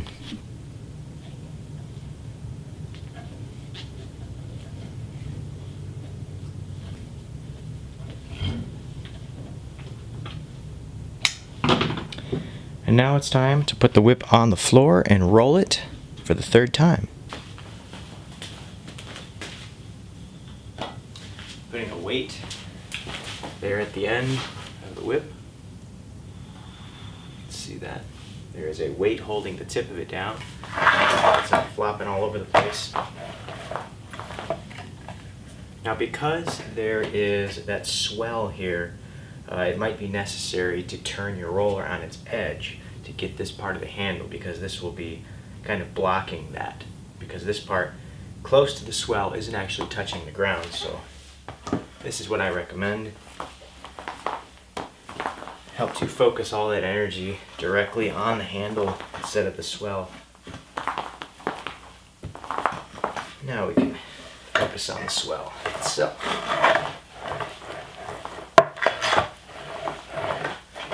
Do you like having a third belly in the whip? She says it's too much work.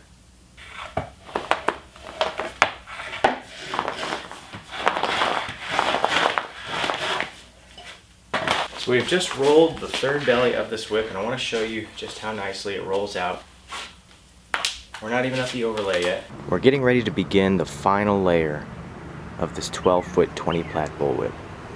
You'll have to forgive me, my battery is dead on my microphone, so we're using the camera's internal mic. Hopefully it doesn't sound too bad.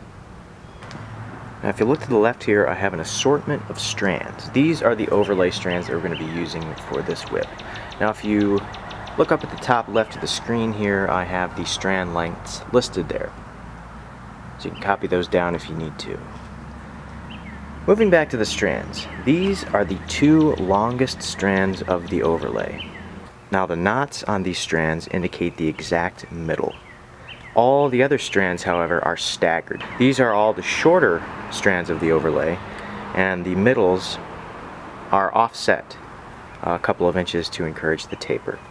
Moving over here, these are the two strands that we're going to be injecting, if you will, at the transition. These are the two strands that are going to transition this whip from 16 plat to 20 plat at the transition itself. Now, take a close look here. I have the middles marked with this hemostat, but I have not tied any knots to indicate the middle because we don't want that bulge at the transition.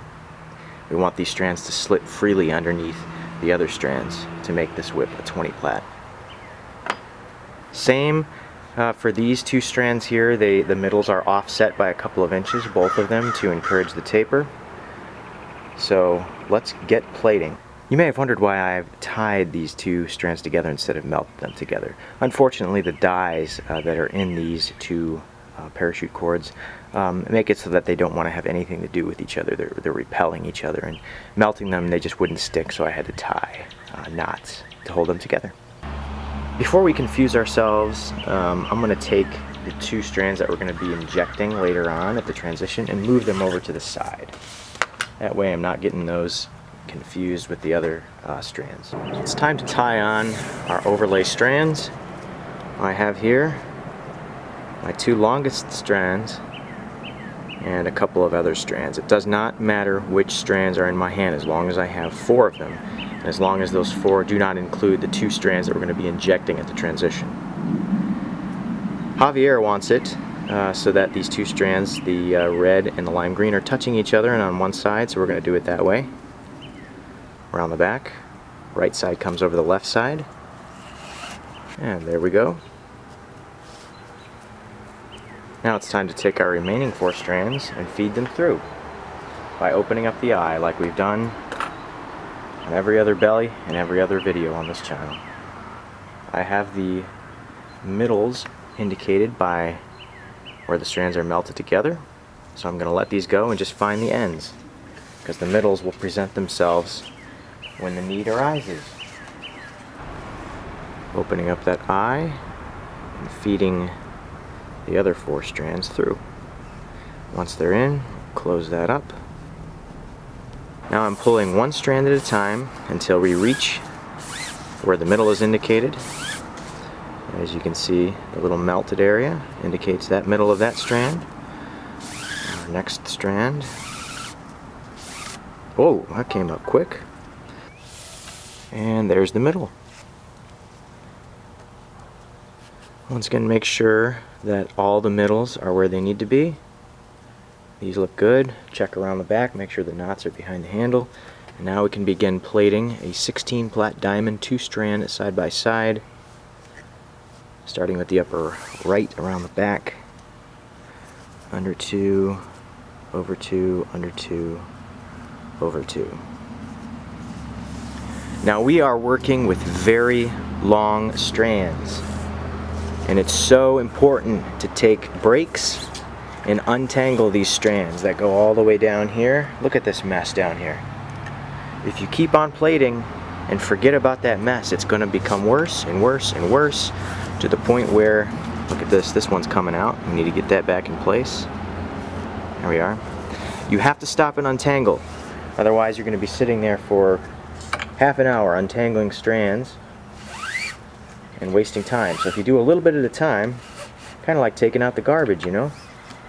If you wait till the thing is full and overflowing, you're going to cause a lot of work for yourself all at once. So just throw it out, you know, now and then when it's manageable. Same with these strands. Untangle a little bit at a time. And now moving on to the left side. 2 strands together. Under 2. Over 2. Under 2. Over 2. 2 strands together. So, moving this up a little bit, sliding around.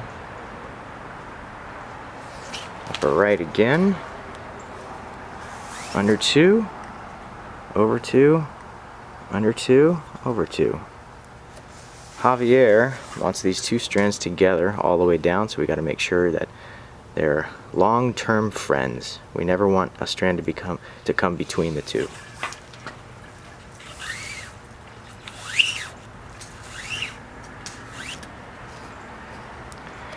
And at the end, at the fall hitch, we'll have a little anniversary for them.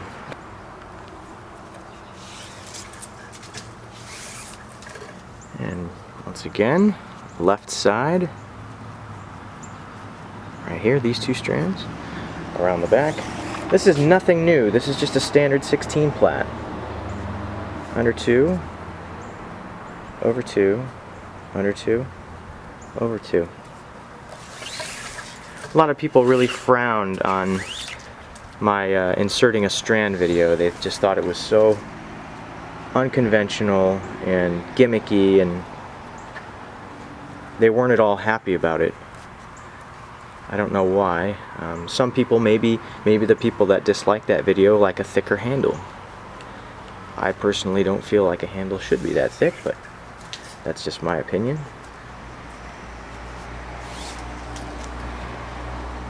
Under 2, over 2, under 2, over 2. And that video was for an 18 plait whip. This is 20 strands. So the handle is coming along well. 2 strands, under 2, over 2, under 2, over 2, 16 plait. And I'm just going to continue on. Now, if you may have noticed, I've added a layer, 1 spiral of the hockey tape. I found that the parachute cord was sliding around a little bit on the surface of the belly underneath, so I wanted to eliminate that. Now we have a little bit more traction for our overlay strands.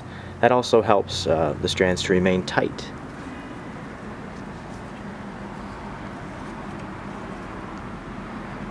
Lime green and red are still touching side by side. That's what we want. And I'm just going to keep on plating until I reach right here. Alright, so the handle is finished. The 2-strand 16 plait diamond braiding that we've been doing has come to an end. And I must say that I'm very thankful for that, because look at that mess. When you're filming whip making, things get tangled really badly. So, anyhow, it's time to inject those last 2 strands. Remember these that we set aside? It's time to expand from 16 plait to 20 plait. Now, the swell of that first belly underneath starts about right here. So this is a prime time to inject those strands. And we're going to do it by opening up, pulling these out, and inserting 2 strands which will lie above our red and our neon green. I have here my lacing needle. I'm just going to slide that inside there and open up an eye. Now I have the middles indicated with these hemostats. Remember, we don't want to tie knots as an indicator because there would be a big lump here.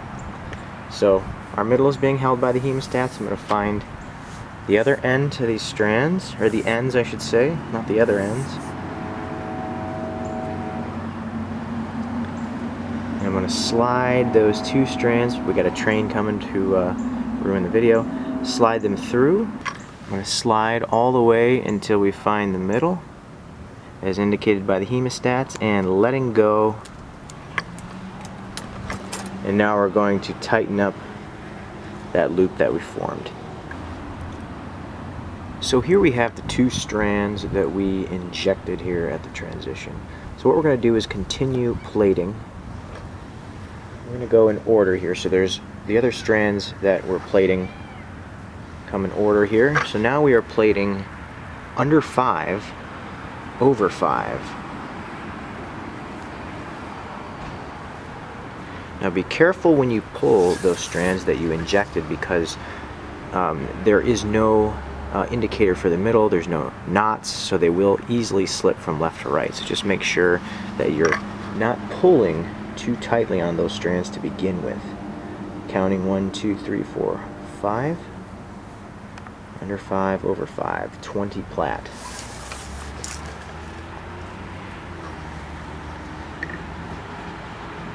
Next strand around the back. Under 5 over 5.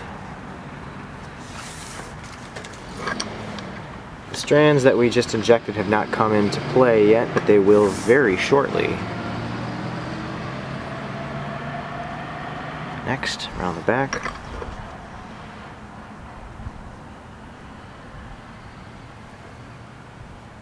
under 5 over 5.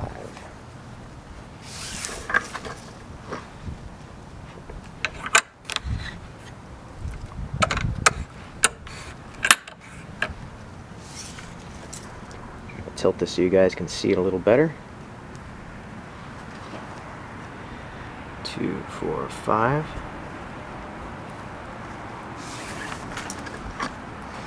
Now all of this area will be covered by a transition knot. So we don't have to worry about everything being perfect in this area. Next we have our green strand. These two strands are just below this red and green, around the back.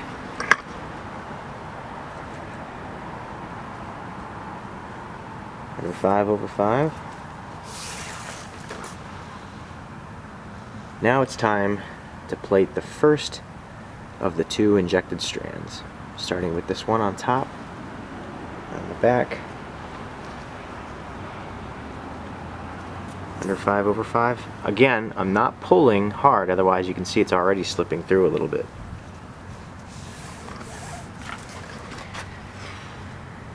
And the red strand around the back,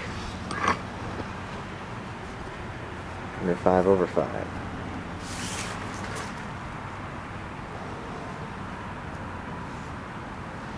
Number 2 of the injected strands, under 5 over 5.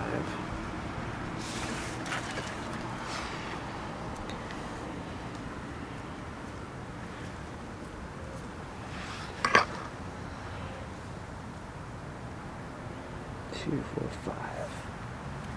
It's going to feel a little bit strange to be plaiting in 20 plat if you've never done so before, but you will get used to it quickly.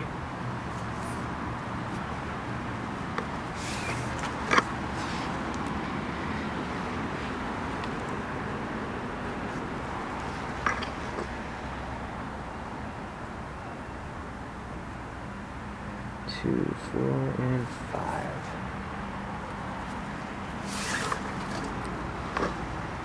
And this, my friends, is a 20 plat thong, 20 plat overlay.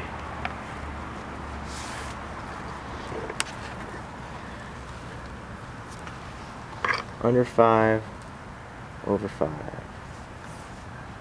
It's very important still, now so even more so, to detangle your strands frequently, because they will tangle very tightly and become a rat's nest that you don't want to have to deal with all at once.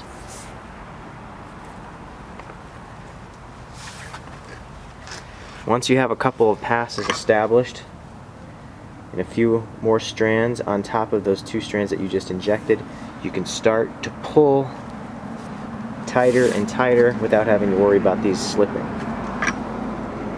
And right here is where the transition knot will be covering up the entry point of those strands. So I am going to keep plaiting 20 plat under 5 over 5 until I come up to where I have a strand that needs to be dropped, and I will meet up with you there. Well, we're back indoors. This herringbone pattern in 20 strands is going quite well. And pretty soon we're going to be coming up on some strands that will need to be dropped, so I'll meet you there. Alright, it is time to drop the first strand of our 20 plat overlay, and here's the strand that we are going to be dropping. Now unfortunately, since this is an overlay, we don't have the luxury of just dropping a strand and letting it go, because this is the final layer. So we have to drop it the way that we drop strands for an overlay. Here's the strand that we're going to be dropping. I'm going to plait a couple of strands over that one, so there's something holding it down so it doesn't pull out. And then we will tuck it underneath those two strands, and that will become the drop. Get one more on top of it.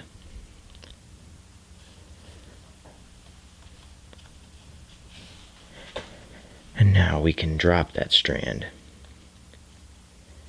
Let's plait one more. Under 5/5. And we're going to plait one more strand over on top of it so that we can safely pull it downward.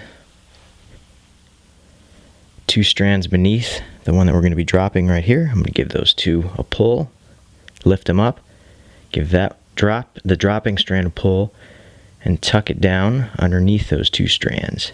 And that is its final resting place. Now we can continue plaiting under 5/5 still on the left side, but now we are plaiting under 5/4 on the right side. At this point, there are enough strands over the top of that dropped strand that we can go ahead and give it one more pull,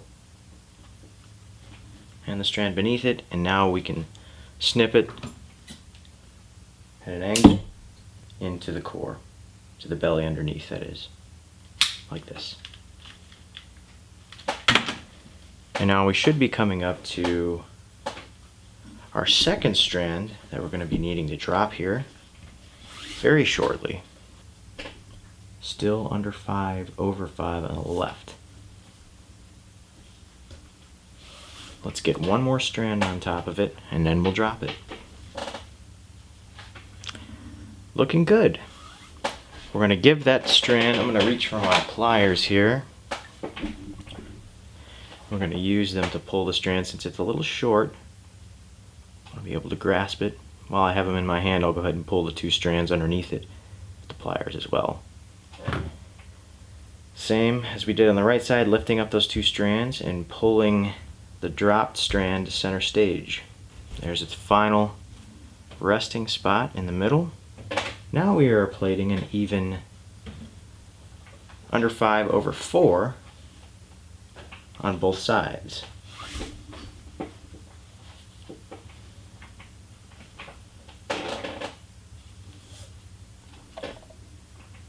Now we are an 18 plait going over. We're getting a little short here, so I'm going to give one last little pull on that drop strand. I can see it right there moving. It's nice and tight. And we'll also pull a couple of strands underneath it to lock it in place. I'm going to snip this a little bit shorter, melt, and press it into the belly underneath.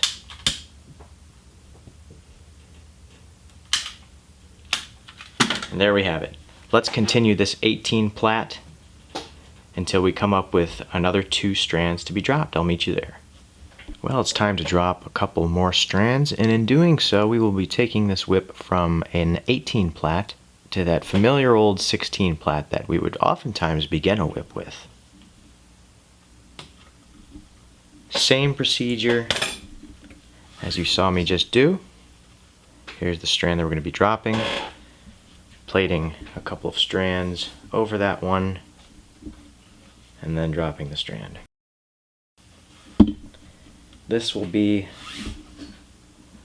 the last time that I'm showing this procedure because, quite frankly, it's the same all the way down the whip.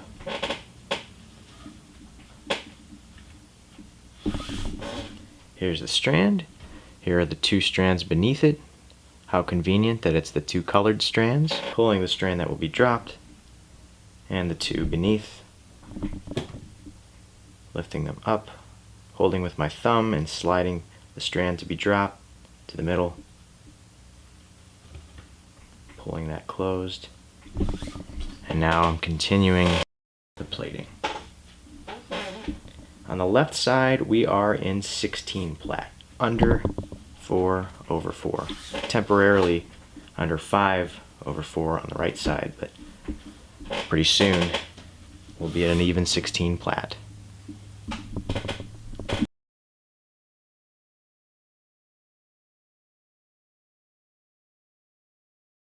It's nice to be back in 16 plait. A very familiar place. I don't make a lot of 20 plat bullwhips.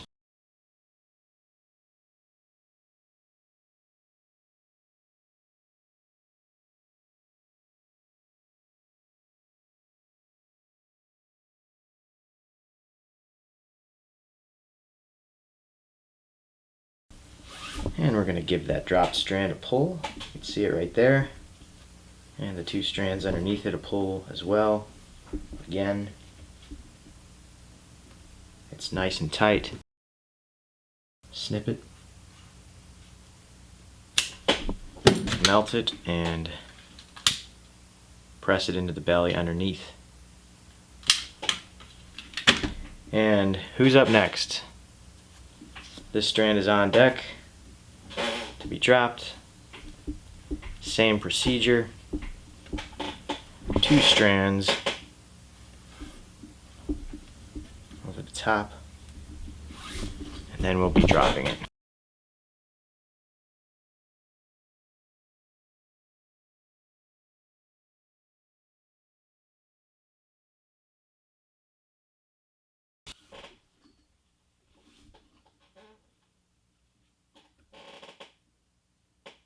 Chair's gotta go.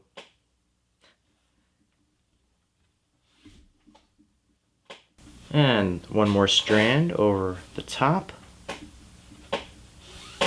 And now we can drop our strand. One pull to the strand we're dropping, the two underneath, lifting the two, sliding the drop strand to the center, pulling tight. Now we are at an even 16 plat under 4 over 4 on the left and on the right side.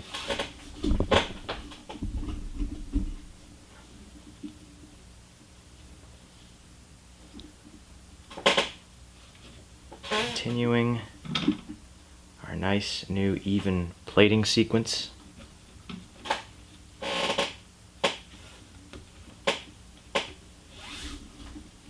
Making sure he's still in the middle.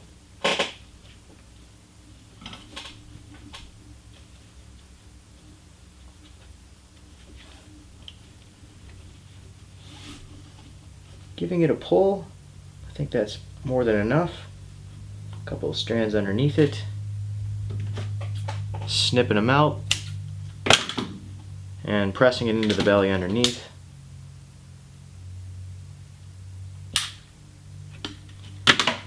And now we are in an even 16 plat. Guys, that is the same procedure you're carrying out all the way to the end of the whip. I'll meet back up with you near the end. I've been dropping strands along the way, and I now find myself in a 6 plat transitioning into a 4 plat. So we have a strand here that needs to be dropped. And here it is around the back. This is a short one, so reaching for my pair of pliers. I'm going to pull that strand and plait it with the pliers. How about that? And over that strand.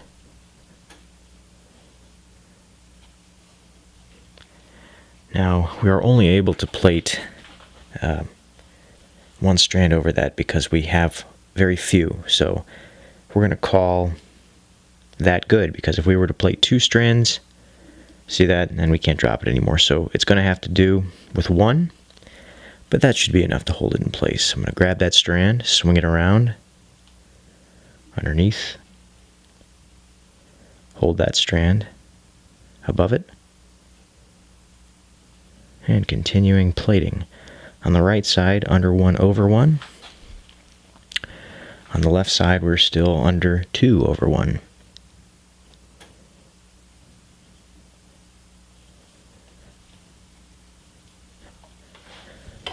We don't have a lot left, but I'm going to grab it and pull it. Now we can melt the end of that and press it into the core. And this just kind of helps it lay flat against that core.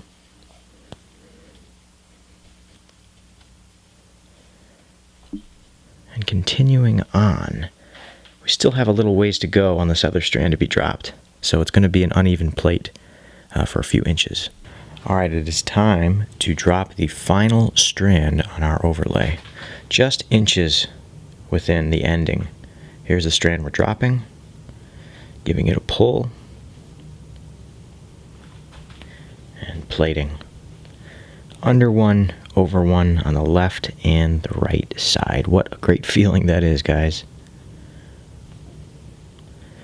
If this is your first time ever building a 12-foot 20 plat whip with 3 plaited bellies, you're experiencing that feeling right now.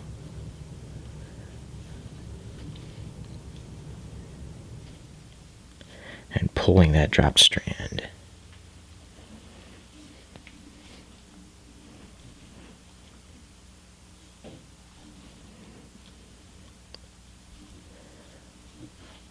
And now we can cut it and melt it in.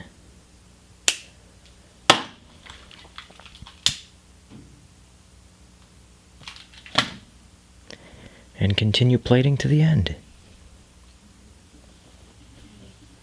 With only 1.5 inches left, I'm going to prepare a fall. Like this. We're going to pull everything through, like that. Taking our first strand around the fall and the whip, and we're just tying half-hitch knots. The loop.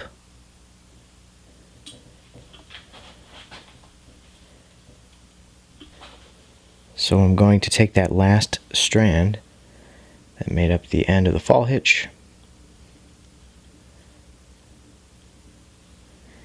and we're just going to run that underneath.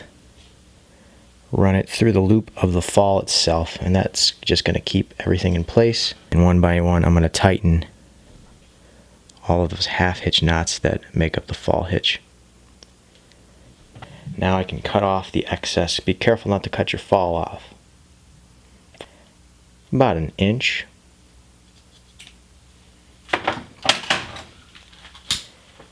Melting all those strands.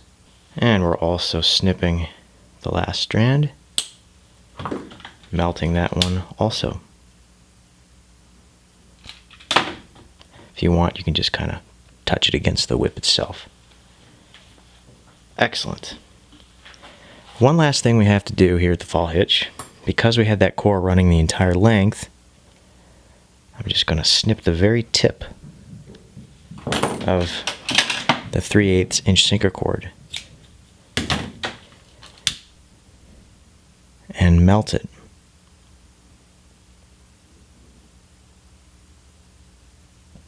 I'm going to take something flat and press that into the fall hitch like that, so it's a stopper. It will not come out.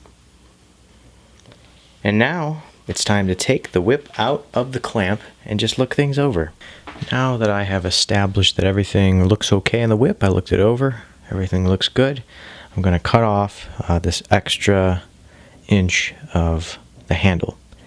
And the reason that we added that extra inch, now you can see that the reason is that we were making a place for all these knots and stuff to accumulate. Firstly, I'm wrapping with some artificial sinew. And one wrap with our hockey tape. The reason that we're giving it a wrap with the hockey tape is so that when we cut, we don't want to cut, well, we will end up cutting some of the sinew, and it could loosen the tension on the whole area. So this tape just kind of helps things stay in place. To the metal, 360 degrees all the way around. If you cut a tree, you can see the rings on the tree. This is kind of the same thing. See, there went the second belly. Sorry, the third belly. Here's the second belly. Smells kind of good. Lighter always neatens things up. Now we can take our hacksaw and cut flush with the end of our handle.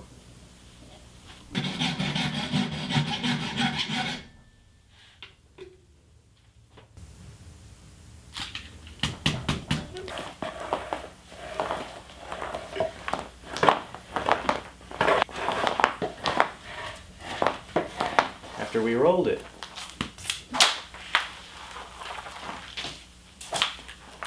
This thing just wants to crack. As long as I don't step on the fall while I'm throwing it.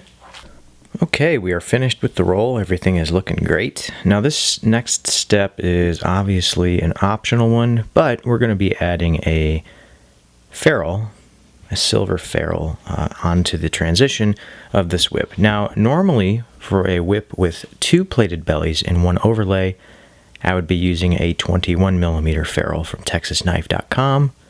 But since this whip has 3 plated bellies and we experience a swell here at the transition, I found that 23mm was sufficient in order to slide it all the way forward until we can't slide it anymore.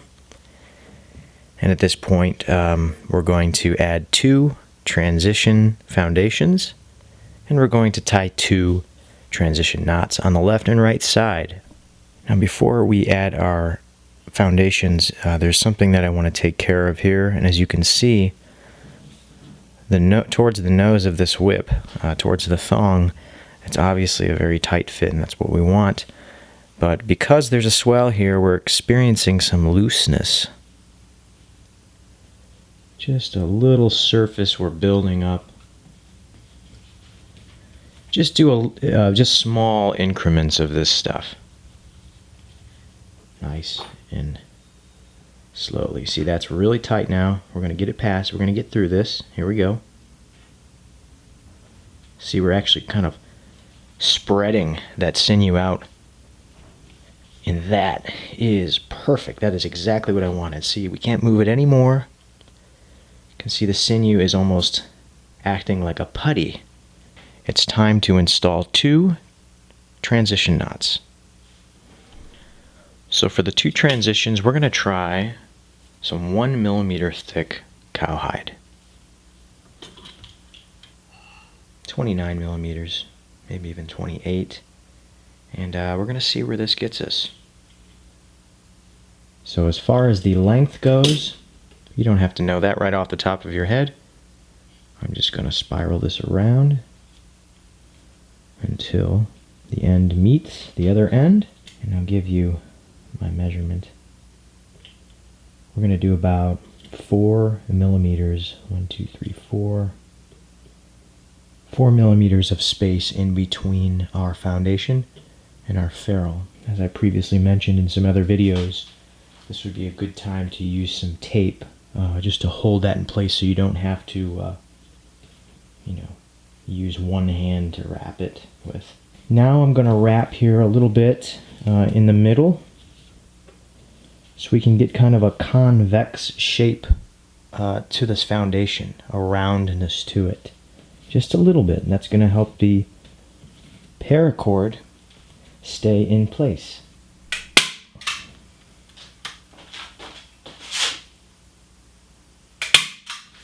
Just gently give these staples a couple of little taps with the hammer just to get them flush with our foundation. Covering up those staples.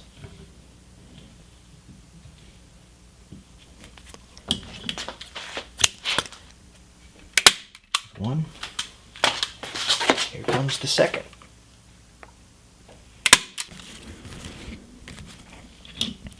Now it's time to tie 2 2-pass 6x7 Turk's head knots on both of these foundations.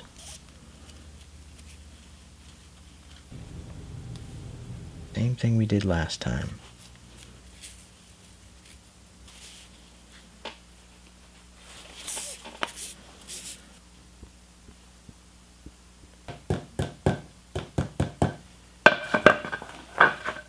And we're going to tie a wrist loop crossing those 2 strands in the middle. Now I have a video on how to do these wrist loops, so I'm actually just going to go through this process fairly quickly without a lot of instruction. But please refer to the wrist loop video in the description if you're having trouble here. And slowly increase my pressure like this. Not doing it yet. So now the surface is nice and round. For our heel knot, we are using neoprene. This is a type of rubber that you can find at Lowe's, Menards, Home Depot. There's a link in the description for it. This stuff is 1/4 inch, and I think it just works a lot better than leather. Heavily wrapping with our sinew.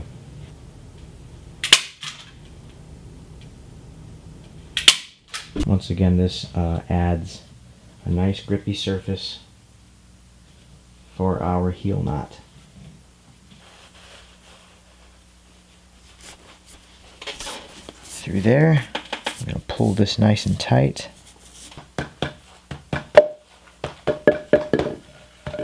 A lot of guys like to use a rubber hammer at this point and just shape the knot a little bit. Now this whip is so big that we're not going to be able to fit the whole thing in the wax at once. So what I'm going to do is take this little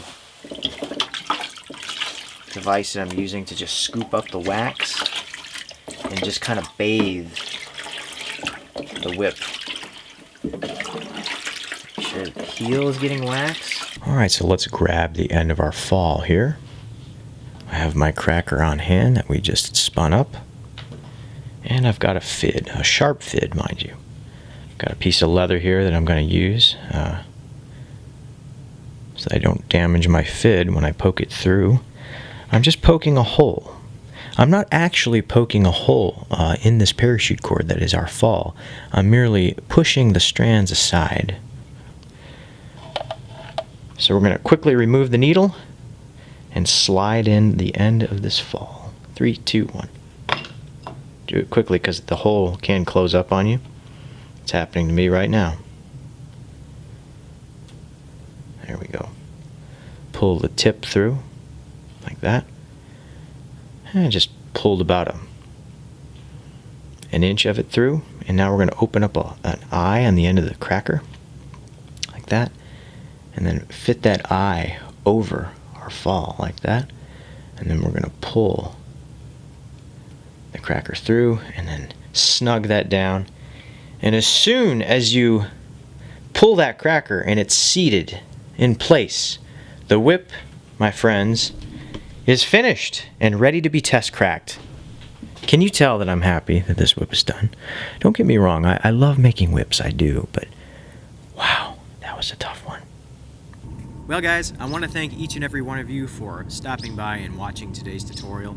I hope that you all learned something new and are encouraged to now go out and try to make your very own bullwhip with 3 plaited bellies. Thank you guys for watching, and I will see you in the next one.